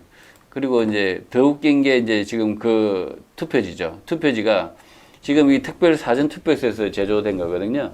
이 특별 사전 투표소 이렇게 제조된 이 공장이 어디냐면 특별 사전 투표소인데 이 특별 사전 투표소가 또 이름은 또 양남면 경주시 양남면 제2 사전 투표소입니다. 그러니까 이게 중앙선관위가 이제 그 양남면을 이름을 갖다가 쓴 거죠. 그래, 그 이름만 갖다 썼다는 것은 제가 저 경주선관위에 확인을 했는데 자기들하고 아무 관계도 없대요. 경주선관위하고 관계도 없고 양남면 이름은 제2사전투표소 불법 투표소를 차리신 거죠. 예, 그리고 그 현대차 경주연수원이었는데 다음 화면 보여주시면 여기 보면 양남면이 지금 그 사전투표소가 경주시에서 공고했을 때는 보면 양남면 제2사전투표소가 없어요. 없어요. 이게 없는 게 왜 없느냐? 양남면은 그러니까 경주시는 모른다는 거죠. 사전투표소 양남면 제2 사전투표소를 모르고요. 이게 공고거든요. 공고. 뭐 다르게 특별하게 공고를 했을 텐데 반드시 그 선거는 그 선거 투표소는 공고하게 되어 있거든요. 그래서 지금 공고를 하지 않았다. 공고도 하지 않고 어디 구석에서 투표를 했다. 이렇게 결론이 그거 납니다. 중요하네요. 그러니까 공고라는 것이 법적으로 딱 규정돼 있던데. 예. 법조문을 예, 보니까. 맞습니다. 다음 페이지 보여주시면 그 공직선거법 제 147조에 나와 있습니다. 사전투표에서 설치해서 선거일 전 9일까지, 선거일 전 9일까지 명칭 소재지 설치 운영 기간을 공고해야 된다고 되어 있습니다. 이게 설치하지 않고 그러면 한쪽 구석에만 설치하게 되면 어떤 사람은 그 위치를 몰라서 투표를 할 수 없게 되잖아요. 없게 되는 국민이 생기면 그거 불공정이잖아요. 그럼 불공정은 결국은 불공정한 선거는 무효인 거죠, 실제로는. 근데 지금 이런 일을 했단 말이죠. 근데 이것을 누가 해야 되느냐면 군 선관위가 공고를 해야 되는데 그러니까 경주 선관위는 아무 관계 없다고 하니까 참 이게 말이 안 되는 거죠. 그래서 양남면에 사시는 주민 여러분이 그 제2선거 이게 물론 양남면 그 원래 투표소에서 가서 했겠죠. 그리고 제2투표소는 뭐 다른 분이 했겠지만 어쨌든 이런 그 법을 위반했다. 공고도 하지 않고 제멋대로 제2투표소를 설치하고 운영을 했다. 그건 또 어디서 나오느냐면 보도자료에 보면 있습니다. 보도자료에 보면 중앙선관위에서 보도자료가 2020년 4월 7일입니다. 근데 엉뚱하게 4월 10일 날 사전선거 했지 않습니까? 4월 10일 날 11일 이틀 날 했는데 바로 사흘 전, 뭐 나흘 전 이렇게 바로 그날 이렇게 특별 사전투표소를 운영하겠다 이렇게 보도자료를 뿌렸어요. 그러니까 한마디로 이게 그 급조한 거죠, 급조. 급조. 그래서 중앙선관위는 무소불위의 무법천지 그 기관이냐, 제멋대로 투표소를 차려도 되나 이런 생각이죠. 근데 이게 보도자료지. 예. 보도자료마저도 3일 전에 한 거고요. 네. 이게 보도자료가 공고가 아니잖아요. 예. 그 지역 주민들이 알 수 있는 공고가 아니잖아요. 공고 안 한 거죠. 공고를 안 한 거네요, 그러니까. 예. 안 한 거지. 예. 그러니까 여기 할래도 오늘 할 수가 없는 거죠. 여기 보신 분들 가운데 댓글에 정말 감사합니다라는 분이 남기신 게 저거 정보 공개 청구해봐야 하나. 예, 이게 좀 시간적 여유가 있고 하신 분들은 저런 사안에 대해서 적극적으로 정보 공개 청구를 하셔서 국민이 갖고 있는 권리를 행사하시는 게 좋겠습니다. 예, 말하시죠. 그리고 예, 투표관리관이라고 있습니다. 투표관리관. 투표관리관이 있는데 이 투표관리관은 누가 임명해야 되냐면 위촉해야 되냐면 구시군 선관위가 위촉해야 됩니다. 예. 근데 이번에는 특별 사전 투표소는 중앙선관위 공무원이 그냥 해버렸습니다. 그래서 중앙선관위 공무원이 자기들 마음대로 해버려가지고 저희가 잘 알고 있던 그 투표지에 나와 있는 투표관리관 그 이름 김모 김모 관리관님. 네. 지금 영상에 이제 사진을 이제 몇 개 보면요. 이 특별 사전 투표소가 불법인 이유가 뭐냐면 제대로 된 그 뭐죠 참관인이 없습니다. 물론 저기 있는 투표 관리관도 투표 사무원도 이렇게 시군 선관위가 위촉한 분이 아니고 가짜고요. 이게 위임의 본임을 아예 넘어섰고요 이미. 저분들이 정상적인 그 위촉받은 그 선관위 그 선거 사무원이 아니고요. 그리고 참관인도 없습니다. 참관인도 없고 그런 상태에서 보시면 이제 그 전자통합선거인명부에 접속할 수 있는 단말기를 저렇게 가져다 놓고 저기서 저렇게 단말기로 접속을 해서 이렇게 하는데 다른 곳은 안 봐도 뻔하죠. 예, 다른 곳에서도 여기에 김선수님이 양남면 제가 거주하고 있습니다. 제2투표소가 있었다는 건 처음 들어봅니다. 이렇게 나오네. 야, 이게 뭐 전국적인으로 이게 네. 좋네. 피드백이 바로 와서 좋네요. 예. 지금 저건 의료인들 투표고요. 의료인들 투표고 의료인들 투표가 끝나면 확진자 투표가 있거든요. 확진자 투표를 보시면 더 가관입니다.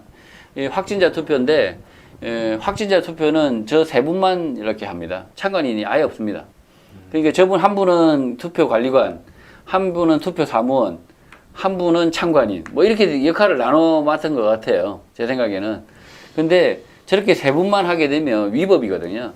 참관인은 4명이 있어야 되더라고요. 4명 이상 최소한. 4명 있어야 되는데 저렇게 참관인이 없는 투표. 제가 저기 아파트 선거 무효 소송을 했을 때도 참관인이 없다 이유가 굉장히 큰 이유였어요. 참관인이 없으면 그 선거 자체가 공정할 수가 없기 때문에 투표 참관인이 없다. 심각한 결함이다. 저 자체로서 선거가 무효다라고 하고 있고요. 저기는 이제 대전 동구 같은데요. 대전 동구. 예, 대전에도 아마 대구 동구인가요? 대구에도 아마 저런 그 특별 사전 투표소 차려졌는데 저기도 보면 한 분, 두 분, 세 분 보이잖아요. 세 분. 딱 세 분 보이고 나머지는 참관인이 없어요. 참관인이 없고 그래서 아주 그 코로나를 빌미로 아주 무법천지 사유로 총선을 치렀다. 그런 결론입니다, 저는. 그럼 변호사님, 저게 지금 미디어 A님 말씀 들어보면은 뭐 법을 위반한 게 한두 개가 아니네요. 한두 개가 아닙니다. 예. 하나하나 뭐 간단하게 또 말씀을 드리면 이미 그러니까 제2사전투표소, 양남면 제2사전투표소라는 그 이름 그 자체가 불법입니다. 그러니까 불법이고 제2가 있을 수가 없는 거예요. 읍면동에는 하나이기 때문에 하나기 제1이라고 이름을 붙일 필요가 없고 그냥 사전투표소 하나가 있는 거죠. 왜냐하면 우리가 이제 그 신중동, 부천 신중동을 예로 들어보시면 잘 아시겠지만 이제 부천 같은 경우에 이제 선관위에서 이제 해명하기를 왜 이렇게 부천 신중동에 사람이 많이 몰렸냐 그 부분에 대해서 해명하는 것이 부천이 행정구역을 광역동으로 편성하면서 동 자체, 하나의 동 자체가 인구가 너무 많아졌다. 이렇게 되면서 하나를 설치할 수밖에 없었다. 그러니까 그렇게 다 지켜야 되는 겁니다. 뭐 법이 예, 법이 그렇게 돼 딱 있는 그렇게 거죠. 돼 있습니다. 그렇게 하지 않으면 예를 들면은 뭐 선관위 입맛대로 아니면은 뭐 어떤 기준 없이 임의로 특정 동에 많이 설치한다든가 하면은 이게 결국에 뭐라 그러냐면 이제 이른바 모집 투표가 되는 거죠. 특정 지역의 유권자, 선거인들을 특별하게 더 투표를 많이 하게끔 하는 모집 투표가 되기 때문에 읍면동마다 하나씩 설치해야 된다는 규정은 그러니까 반드시 지켜야 되는 규정입니다. 그리고 또 뭐 말씀하셨다시피 중앙선관위가 어차피 각급 선관위를 관할하니까 그냥 중앙선관위가 한 것도 각급 선관위가 한 걸로 봐야 되는 거 아니냐 이렇게 오해하실 수가 있는데 그것도 전혀 오해입니다. 왜냐하면 이제 이 규정은 그냥 중앙선관위가 바쁘니까는 각급 선관위에서 하라는 규정이 전혀 아닙니다. 그게 아니고, 그러니까 우리가 그 권력 분립에 대한 이념을 우리가 그 설명할 때 이제 고전적인 권력 분립 개념은 이제 수평적인 권력 분립이라고 해서 뭐 예를 들면은 입법부, 사법부, 행정부 뭐 이런 식으로 수평적인 관계에서 권력을 나눠 갖는다. 이래서 서로 견제를 한다 이런 의미였지만 현대적인 권력 분립의 의미는 수직적인 권력 분립의 의미를 더 가미해야 된다 이렇게 돼 있습니다. 그래서 예를 들면은 국가와 지방자치단체가 서로 견제를 하고 이 공선법에서는 중앙선관위의 모든 권한이 집중되면 안 되기 때문에 중앙선관위와 각급 선관위가 그 권한과 의무, 책임을 나눠 갖는 강행 규정인 거죠. 저것도 마찬가지로. 그래서 지역 선관위가 반드시 해야 되고 선관위 해명 자료를 보더라도 중앙선관위 직원이 사전투표 관리관으로 가는 것은 이례적이다라는 등 또 그리고 또 자기네들이 그 특별사전투표소를 운영하면서 받았던 서류들, 뭐 투표지 등은 반드시 인계했어야 된다. 지역 선관위로. 그 점을 인정하고 있습니다. 그래서 이미 이 부분에 대한 불법은 선관위 해명 자료를 본다 하더라도 불법이 이미 다 입증된 부분이다. 그렇기 때문에 그리고 또 한 가지는 뭐냐면 이거는 이제 사전투표에 관한 내용이라는 거죠. 그래서 사전투표는 전국의 선거구에 다 영향을 줍니다. 예. 그렇기 때문에 이게 과연 특별사전투표소가 지금 뭐 선관위 말로는 지금 8개소가 설치돼서 운영되었다라고 하는데요. 그 8개소가 설치된 그 선거구만, 그 지역의 선거구만 문제가 되는 것이 아니라 사전투표기 때문에 전국 어디로든 투표를 할 수 있었고 실제로 경주 특별사전투표소라고 하는 불법적인 투표소에서 청양군 투표를 한 거죠. 청양군 선거에 투표를 한 거기 때문에 이 점만 보더라도 전국의 선거가 무효가 되는 것이 맞습니다. 네. 뭐 아주 명쾌하네요. 그 불법을 그냥 다발로 저지른 총체적인 불법 투표소다. 총체적 불법. 네, 이렇게 이해를 하시는 게 정확합니다. 총체적 불법. 네. 그리고 여기에 한 분이 이걸 다시 또 미대 A님이 더 다루다 할래요. 이 별도로 지금 한 내용을 정리정돈 다시 해가 방송해 달라고. 근데 그 해명 자료는요. 해명 자료는 이게 2페이지밖에 안 되거든요. 선관위 해명 자료인데, 근데 이걸 내용을 보면은 하루 종일도 이걸 까겠어요. 내용들이. 근데 제가 좀 약간 좀 의구심이 드는 부분인데, 일련 번호가 있잖아요. 일련 번호. 그러니까 QR 코드에 일련 번호가 있고, 네, 일련 번호가 있고, 그 일련 번호 이제 그 출력하는 과정에서 표가 훼손됐기 때문에 그걸 이제 폐기하고 다시 출력했다. 같은 일련 번호를. 근데 그게 일련 번호라는 게 그 각 표마다의 고유한 번호잖아요. 근데 이걸 이제 예를 들어서 한번 설명을 해보면 예전에 전통적인 방식의 투표 용지였고 일련 번호가 이미 표에 다 기록이 돼 있다면 그러면 1번이 몇천 몇 번 하고는 끝에 1번, 2번, 3번 이런 식으로 표가 나올 텐데 이 표가 나오다가 이게 만약에 이게 훼손이 됐다. 뭔가 문제가 생겼다. 그러면 이거는 이제 훼손됐으니까 이제 뭐 찢어서 이제 그 훼손 봉투에다 따로 놓고 그 다음 표를 쓰는 게 맞잖아요. 똑같은 일련 번호를 주고 싶어도 못 주는 거잖아요. 그렇기 때문에 이 일련 번호는 이제 발급 그 전달하는 과정에서 훼손이 됐습니다 하고 기록도 남기고 이 일련 번호를 확인해서 그런 모든 것들이 기록되고 투명하게 될 수가 있는데 지금 같은 경우는 그렇다면 잘못된 표가 있다고 해서 똑같은 일련 번호를 또 만들었다는 얘기잖아요. 본투표에서는 이게 일련 번호라 이게 의미가 있나요, 이게? 본투표에서는 이렇게 찢어버리잖아요. 네. 문제가 생긴 번호 투표지는 찢어버리고 거기 넣어버리면 네. 그 번호가 그냥 없어져 버려요. 그러니까 그렇죠. 네. 건너뛰게 돼 있죠. 건너뛰는 건너뛰고 주게 돼 있는데 사전 투표소의 그 전자통합선거인명부에서 접속을 해서 한 번 더 복제를 할 수 있었다. 이게 그 엄청난 이게 그렇죠. 무리 쓴 거죠. 이게 뭐냐면 해명이 오히려 이거는 범죄의 자백인 거죠. 왜냐하면 아예 한 번 더 치면 한 장 나오고 또 한 번 더 하면 또 나오고 그러니까 이러면 원하는 만큼 그냥 리듬만 하면은 그냥 다 나온다는 거야. 나온다는 10장이, 얘기죠. 100장이 다 뽑을 수 있다는 거야. 한마디로 제3의 그 투표 공장에서 표를 마음껏 찍어낼 수 있다는 이야기죠. 그러니까 네, 엄청 충격이었어. 이거는 그러니까 한마디로 이야기해서 투표 시스템이 완전히 붕괴된 것이다. 예, 그렇게 볼 수 있죠. 저 그 투표용지를 다시 한번 좀 보여주실까요? 그걸 보여주시면 그 이제 저기서 저 종이를 보고 저 투표용지를 보고 저 투표용지가 진짜다 가짜다 우리가 이거를 확인해야 될 필요가 있다고 해서 확인을 한다고 할 때 우리가 이제 그걸 진정성립이라 그러는데 진실성이나 자, 저 위에 제일 위에 있는 국회의원 선거 투표 저기 옆에 있는 청이는 날인 대선 그러니까 인쇄돼서 나오는 겁니다. 그냥 찍는 게 아니고 그 아래 사전 투표 관리관이라고 되어 있어서 김준호라고 찍혀 있는 저 사전 투표 관리관인 저것 또한 인쇄돼서 나오는 겁니다. 그냥 그러니까 저 도장이나 이런 것들로는 저 투표의 진실성을 전혀 확인할 수가 없는 거죠. 그래서 선관위가 계속 이야기해온 건 뭐냐면 투표의 진실성이라든가 뭐 진정성립 투표 용지에 그거를 입증하기 위해서는 QR 코드를 그래서 박아놓은 거다. 뭐 바코드가 아니네 기네 뭐 이런 건 둘 때 치고 QR 코드를 그래서 넣어놓은 거다라고 하는 거죠. 근데 QR 코드가 발급된 매수와 연동되는 게 아니라는 게 밝혀진 겁니다. 지금 왜냐하면 말씀드렸다시피 실제로 이제 발급 매수라고 한다면은 하다못해 저게 이제 프린터기에서 인쇄되는 거기 때문에 그냥 프린터기에서 버튼을 누르면 한 매, 두 매, 세 매. 그러니까 1번, 2번, 3번 이런 식으로 QR코드가 매겨졌어야 되는 거죠.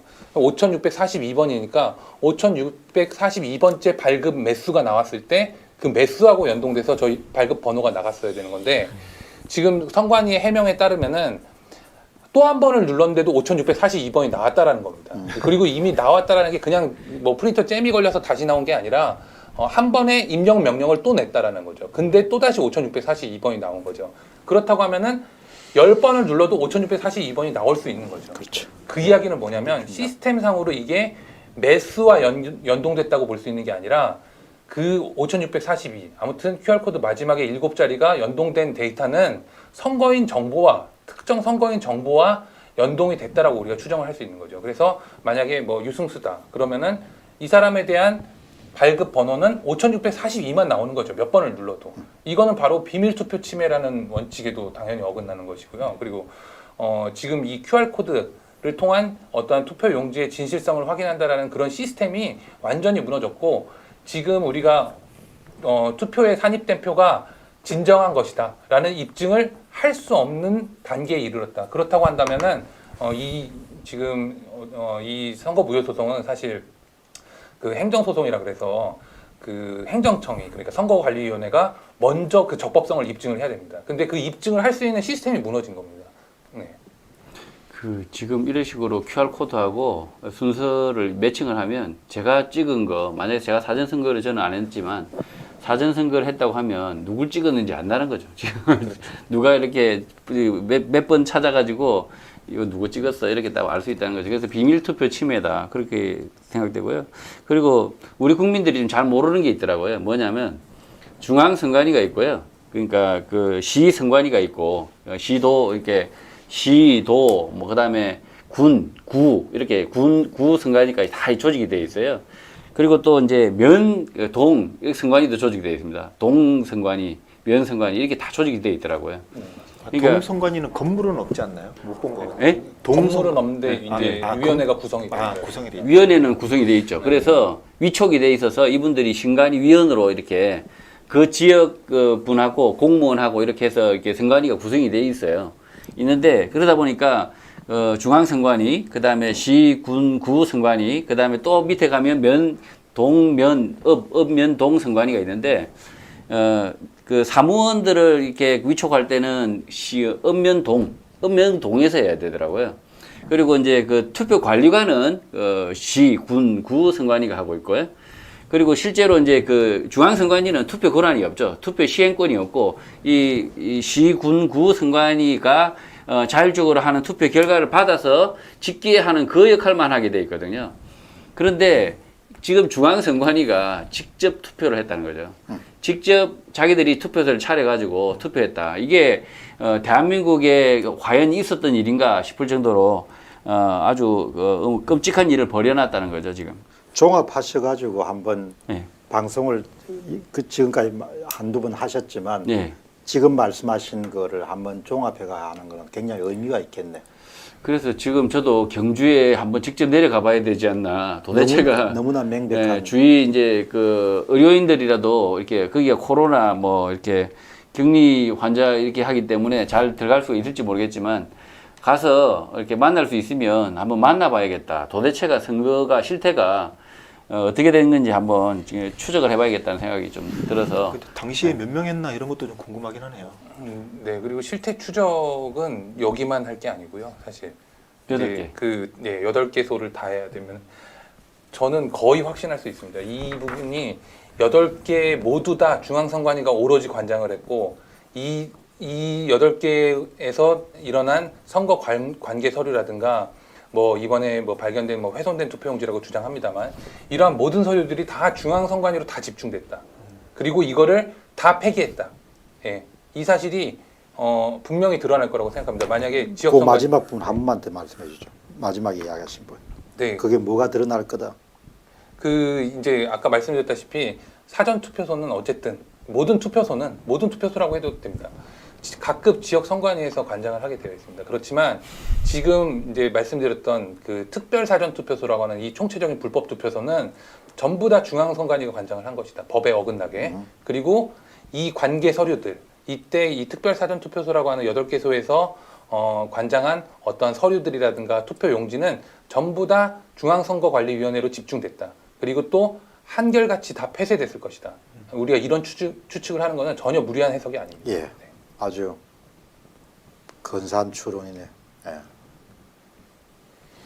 지금 뭐 시청자분이 폭주를 합니다. 댓글이 폭주를 하는데 이게 너무나 자연스럽게 했어요. 사실은 중앙선관위가 이런 불법을 저지르면서도 아주 불법이 아닌 것처럼 이렇게 자연스럽게 하다 보니까 그리고 지금 중앙선관위도 답변도 없어요. 답변도 없고 의혹은 저희가 분명히 이야기하고 있고 심지어 모든 언론도 이렇게 지금 뭐 이렇게 뭔지에 대해서도 이야기를 하잖아요. 뭐가 잘못됐는지도 이야기하지 않고 이렇게 저는 이것이 침묵하는 이유는 뭘까라고 했을 때 가장 뼈가 아프기 때문이다. 그러게 말 특별 사전 투표소는 정말 뭐 어떻게 빼도 박도 못할 것 같아요. 이게 뭐 법을 하나 위반한 게 아니고 여러 개를 위반했으니까. 저는 일체 지금 반응을 안 한 지 제법 됐죠, 예. 며칠. 반응을 하게 만들어 주겠습니다. 왜? 이제 그 선거 무효 소송에 이 모든 것들을 다 종합해서 종합해가지고. 예, 준비 서면 제출하면은 답을 안 할 수가 없을 겁니다. 인정을 하든 뭐 말도 안 되는 부인을 하든. 네, 그럼 이번에 또 뭐 지켜보도록. 그거 하겠죠, 뭐 매우 송구하다. 네, 그렇게만 해도 불법인 거는 자인하는 것이기 때문에 선거 매우 송구하다는 것은 불법이죠, 법적으로. 예, 그렇습니다. 그죠. 저는 일단은 제일 약한 골인 그러니까 경주시 선관위를 한번 고발을 해볼까 생각 중이거든요. 왜냐하면 투표소 양남면 제2사전투표소를 차리면 그 불법 선거소를 차리면 안 되는 그 책임은 경주 선관위가 있잖아요. 그래서 정말 약한 골이 정말 억울하겠지만 경주시 선관위 위원장이 누구신지 모르겠고 위원들이 누군지 모르지만 이분들한테 좀 억울함을 선물해야 되나 이런 생각도 해요. 근데 그건 전략적인 거라서 좀 고민을 좀 더 해보고요. 고민해서 하겠습니다. 예. 예. 지금 이 선관위가 분명히 범죄를 저질렀는데 고소 고발을 이렇게 국민이 해야 될 것 같아요. 추가적으로도 계속하고 수사할 때까지 자신들이 자유를 자백할 때까지 고발을 해야 될 것 같다는 생각이 들어요. 네, 이거 뭐 일단은 선거무효 소송 그 준비 서면이 급해서 그 부분을 정리를 했고 형사적인 고발은 이제 다음 주 정도에 진행할 수 있을 것 같습니다. 근데 어떻게 선관위는 이제 뭐 유튜버라든지 변호사들이 문제 제기를 하면 할수록 해명 자료를 내놓는데 이 해명 자료가 오히려 우리들에게 큰 도움이 되고 있습니다. 여러 가지 사전 특별 사전 투표소 이것도 이게 그 공식 해명에 나와서 그렇지. 저희들 더 이제 저기, 자세하게 한 게 어. 있거든요. 방송 중에 불쑥 이제 유승수 변호사님한테 여쭤보는 건데, 네. 이 선관위 있잖아요. 네. 고발을, 국민 고발을 운동을 해서, 이렇게 그냥 그 개별로 개인으로 하지 말고 집단으로 전부 다 고발 이렇게 참여하시면서 다 이렇게 고발 물론 뭐 고소장 쓰는데 큰 돈은 들지 않지만은, 이 시시일반이라도 모아서 기금을 만들어서라도 고발을, 그러니까 좀 더, 그러니까 이게 저는 변호사님들이 자발적으로 하고 계시는데 너무 고생만 하시는 것 같고 해서 아이고, 국민 네. 고발단을 만들어서 이번 4.15 국민 고발단 만들고 이번에 소송단도 만들었잖아요. 소송에도 많은 사람들이 참여하면서 소송 비용을 걱정하면서 후원을 했지 않습니까? 저는 형사 고소는 크게 돈이 안 드는 줄 알지만 그럼에도 불구하고 이게 참 법리적으로 증거를 모으고 이렇게 그것을 가지고 법적으로 이렇게 고발을 대리하는 분들은 굉장히 힘들거든요. 그래서 국민 고발단을 유승수 변호사님 있는 자리에서 한번 저희가 이 채널을 통해서요 국민 고발단을 만들었으면 어떨까 그렇게 제안을 해드리거든요. 네, 뭐 제안 참 좋은 제안이신데, 그러니까 이제 뭐 이제 어떤 식의 뭐 모금이나 이런 거는 예, 필요 없고요. 예, 그리고 이 우리 그 공병호 박사님 채널이나 이렇게 통해서 그 고발인 명단을 한번 쫙 저희가 국민들이 진짜로 참여를 해서 아주 다수의 국민들이 이 부분에 대해서 분개를 하고 실제로 진실이 밝혀지기를 바란다. 이런 차원에서 고발인 단을 좀 모집해 보겠습니다. 한번 좀 제가 구체적으로 좀 좋은 아이디어인 것 같고 네. 유튜버들이 혹시 뭐 홍보라든지 네. 도울 게 있으면 적극적으로 예, 이렇게. 또 이 사건에서 많이 저는 분개들 하고 계시잖아요. 유승수 변호사님은 이제 일단은 고발단의 그 수임 변호사님이시니까 저희가 고발단을 만약에 만들게 되면 저희가 이제 모금하고 안 하는 부분은 저희가 그러니까 비용을 이렇게 헌신하시는 분이 계세요 분명히 4.15 총선 소송을 하시면서도 헌신하고 계시는 분이 계시는데 그러나 지금 이제 망양 우리의 그 앞에 나서신 분들은 헌신만을 기대할 수는 없잖아요. 그리고 이분들도 우리 시청하시는 분들도 어느 정도 경제력이 있으시고 자기 권리 전리를 지키고자 하는 분들이기 때문에 충분히 저는 고발단을 구성을 하되 저는 물론 고발인으로 참여하시는 분은 자기 신분을 노출해야 되니까 고소인으로 참여하셔야 되니까 상당히 위험을 무릅쓰시는 거지만 위협도 무릅쓰시면 마찬가지로 그런 위협 무릅쓰는 것만큼 경제적으로도 마찬가지로 이렇게 후원도 하시고 하시면 충분히 저희가 이 싸움을 좀 더 우리가 이제 나쁜 싸움을 하는 게 아니잖아요. 사람을 억울하게 하려고 하는 것도 아니고 진실을 밝히려고 하는 거니까 국민 고발단, 충분히 4.15 부정선거 국민 고발단을 조직적으로 구성해서 우리가 이 고발단의 수임 변호사로서 한변 이 변호사님들을 좀 우리가 서포트해야겠다 이런 생각도 듭니다. 그래서 이것이 우리를 지키는 거죠. 우리를 지키려고 하는 거지 다른 게 없지 않습니까? 그러니까 좀 갑작스러운 제안이지만 한번 근데 어쨌든 뭐 고발단 모집까지는 충분히 제가 뭐 동의할 수 있는 부분 같습니다. 이 자리에서 많은 성원을 부탁드립니다. 그럼 사인하는 방법이나 이런 걸 고안해야겠네. 네, 그런 거는 네, 그런 것들 한번 최대한 좀 인터넷을 활용하는 방법으로 그렇죠. 정보가 같이. 유출 안 되겠죠. 제가 불쑥 이렇게 제안드려서 제가 고발을 하려고 했거든요. 고발을 하려고 마음을 먹고 있는데 고발단을 모집해야겠다. 우리 제 시청자들한테는 고발단으로 우리 같이 한번 빡 터지게 한번 싸워봅시다. 그런 의미에서 고발단 한번 고발 참여합시다. 이렇게 솔직히 이야기한 적은 있는데 지금 이제 좀 더 분명하게 좀 더 선명하게 한번 싸워봐야 되겠다는 생각이 듭니다. 예, 제가 좀 한마디 좀 하고 싶은데 최근에 부정선거가 없다, 부정선거가 없다고 이야기하는 이제 유튜버 분들이 그동안 좀 잠잠하다가 또 부정선거 없다가 또 이제 방송을 슬슬 하시려는 것 같아요. 근데 이제 이제 저희 이제 부정선거가 있다고 이제 열심히 싸우는 변호사분들하고 이제 유튜버들의 입장 그리고 다른 또 국민들의 입장으로서는 그쪽에서는 이제 토론을 하자 자꾸 만나 뭐 얘기를 좀 해보자 이렇게 얘기를 하는데 저희들이 토론을 할 시간이 없습니다. 지금 바빠. 증거가 계속 나오고 선관위가 직접 해명하는 그런 이제 이런 내용들에 대해서도 뭐 이런 해명 자료 자체가 좀 증거가 되고 있는 지금 판에 이런 좀 증거들과 더 완벽한 증거들을 확보하고 오히려 고소 고발하는 데 정신이 없지 뭐 어디 토론을 할 시간 없고요.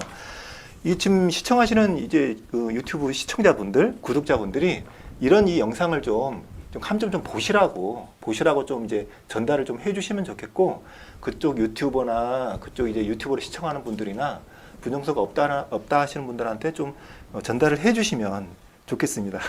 그리고 네, 그 부정선거를 또 열심히 하시다가 최근에 좀 뜸하신 또 대형 유튜버들이 많은 것 같아요. 이제 시청자 댓글에 이렇게 많이 나오는데 꾸준하게 초지일관 중간에 어디 좀 도망가지 마시고 끝까지 함께 해주시면 감사하겠습니다. 예.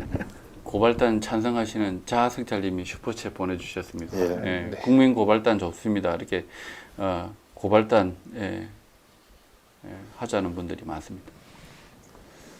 뭐 오늘 시간이 많이 흘러서 예. 뭐 이 부분은 따로 뭐 미디어 A님하고 조슈아님 의논해가지고 네. 의논해서 다음번 고발단도 고발단이고 이 자체에 대한 설명을 특집으로 한번 좀 다시 한번 또 설명을 좀 드려야 돼요. 시간이 많이 가는데 짧은 질문 저기 네. 혹시 저 구리 선관위에 네. 이 22명을 이제 선관위가 우리가 오히려 두드려 맞고 이제 뭐 좀 침해를 받았는데 선관위가 고소를 해가지고 2명이 먼저 일단 빨리 뭐 우선 조사를 받은 내용이 있는 것 같아요. 간단하게만이라도 좀 진행상. 네, 그러니까 간단하게 말씀드려서 뭐 이제 그 앞에서 이제 구리선관위 앞에서 많은 분들이 그 투표지 분류기나 이런 것들에 대한 검증을 요구하면서 네. 사실은 민원이죠. 민원이죠. 정당한 민원의 민원, 네. 제기죠. 민원의 제기고 이거에 대해서 어떠한 식의 답변을 했어야 되는 거고 구리선관위가 당시에 근데 이제 그런 것들을 안 하고 그냥 문을 걸어 잠갔습니다. 잠갔고 당연히 국민들로서는 뭐 그 앞에서 이런 게 어딨냐 이제 정당하게 뭐 답변을 하든 뭘 하든 이런 입장 표명이 있어야 되는데 그런 것들에 대해서 좀 오랜 시간 동안 많이 좀 그 앞에서 투쟁을 하신 거죠. 투쟁을 하셨는데 이러한 행위들에서 이제 부수적인 문제들을 가지고 지금 구리선거관리위원회가 뭐 22명을 고발했다고 합니다. 22명을 고발했다고 하는데 그 중에 뭐 몇 명이 뭐 정말로 뭐 범죄가 되는지는 저는 뭐 전혀 뭐 동의할 수 없고 그렇지만 어제 이제 특별히 이제 그 이제 두 분이 이제 연락이 닿아서 그 두 분이 조사를 받게 되시고 이제 제가 이제 구리경찰서에서 한 8시간 정도 동석을 해서 수사를 받았고 뭐 관련되는 내용을 뭐 말씀드리기는 뭐 하지만 하나는 좀 말씀드려야 될 게 지금 중앙선거관리위원회가 지금 이 기사 오늘 계속 언급한 내용처럼 투표 용지를 갖다 버리고 선거관계서를 폐기하고 있습니다. 그리고 불법 투표소를 차렸습니다. 예, 그래서 불법 선거를 치른 것입니다. 중앙선거관리위원회가. 근데 그러한 선거관리위원회가 국민들의 작은 불법을 찾아내서 뭐 실제 불법이 있다고 제가 인정하는 건 아닙니다만 그런 것들을 흠잡아서 지금 고발을 하는 게 과연 맞는지 한번 진지하게 한번 국가기관으로서 한번 생각을 해보시기 바랍니다. 그리고 계속 이렇게 뭔가 그 국민을 억누르려고 하면 할수록 저희가 포기하지 않습니다. 절대. 예, 이 부분에 대해서는 뭐 저를 비롯해서 뭐 일단은 뭐 저로 시작했지만 뭐 많은 변호사님들 뭐 또 많은 국민들이 끝까지 함께 싸워서 반드시 선관위를 이겨내겠습니다.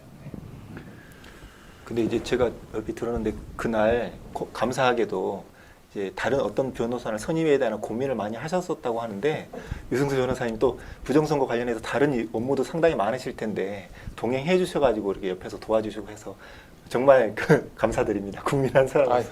네. 저도 마지막으로 안내만 해도 될까요? 예.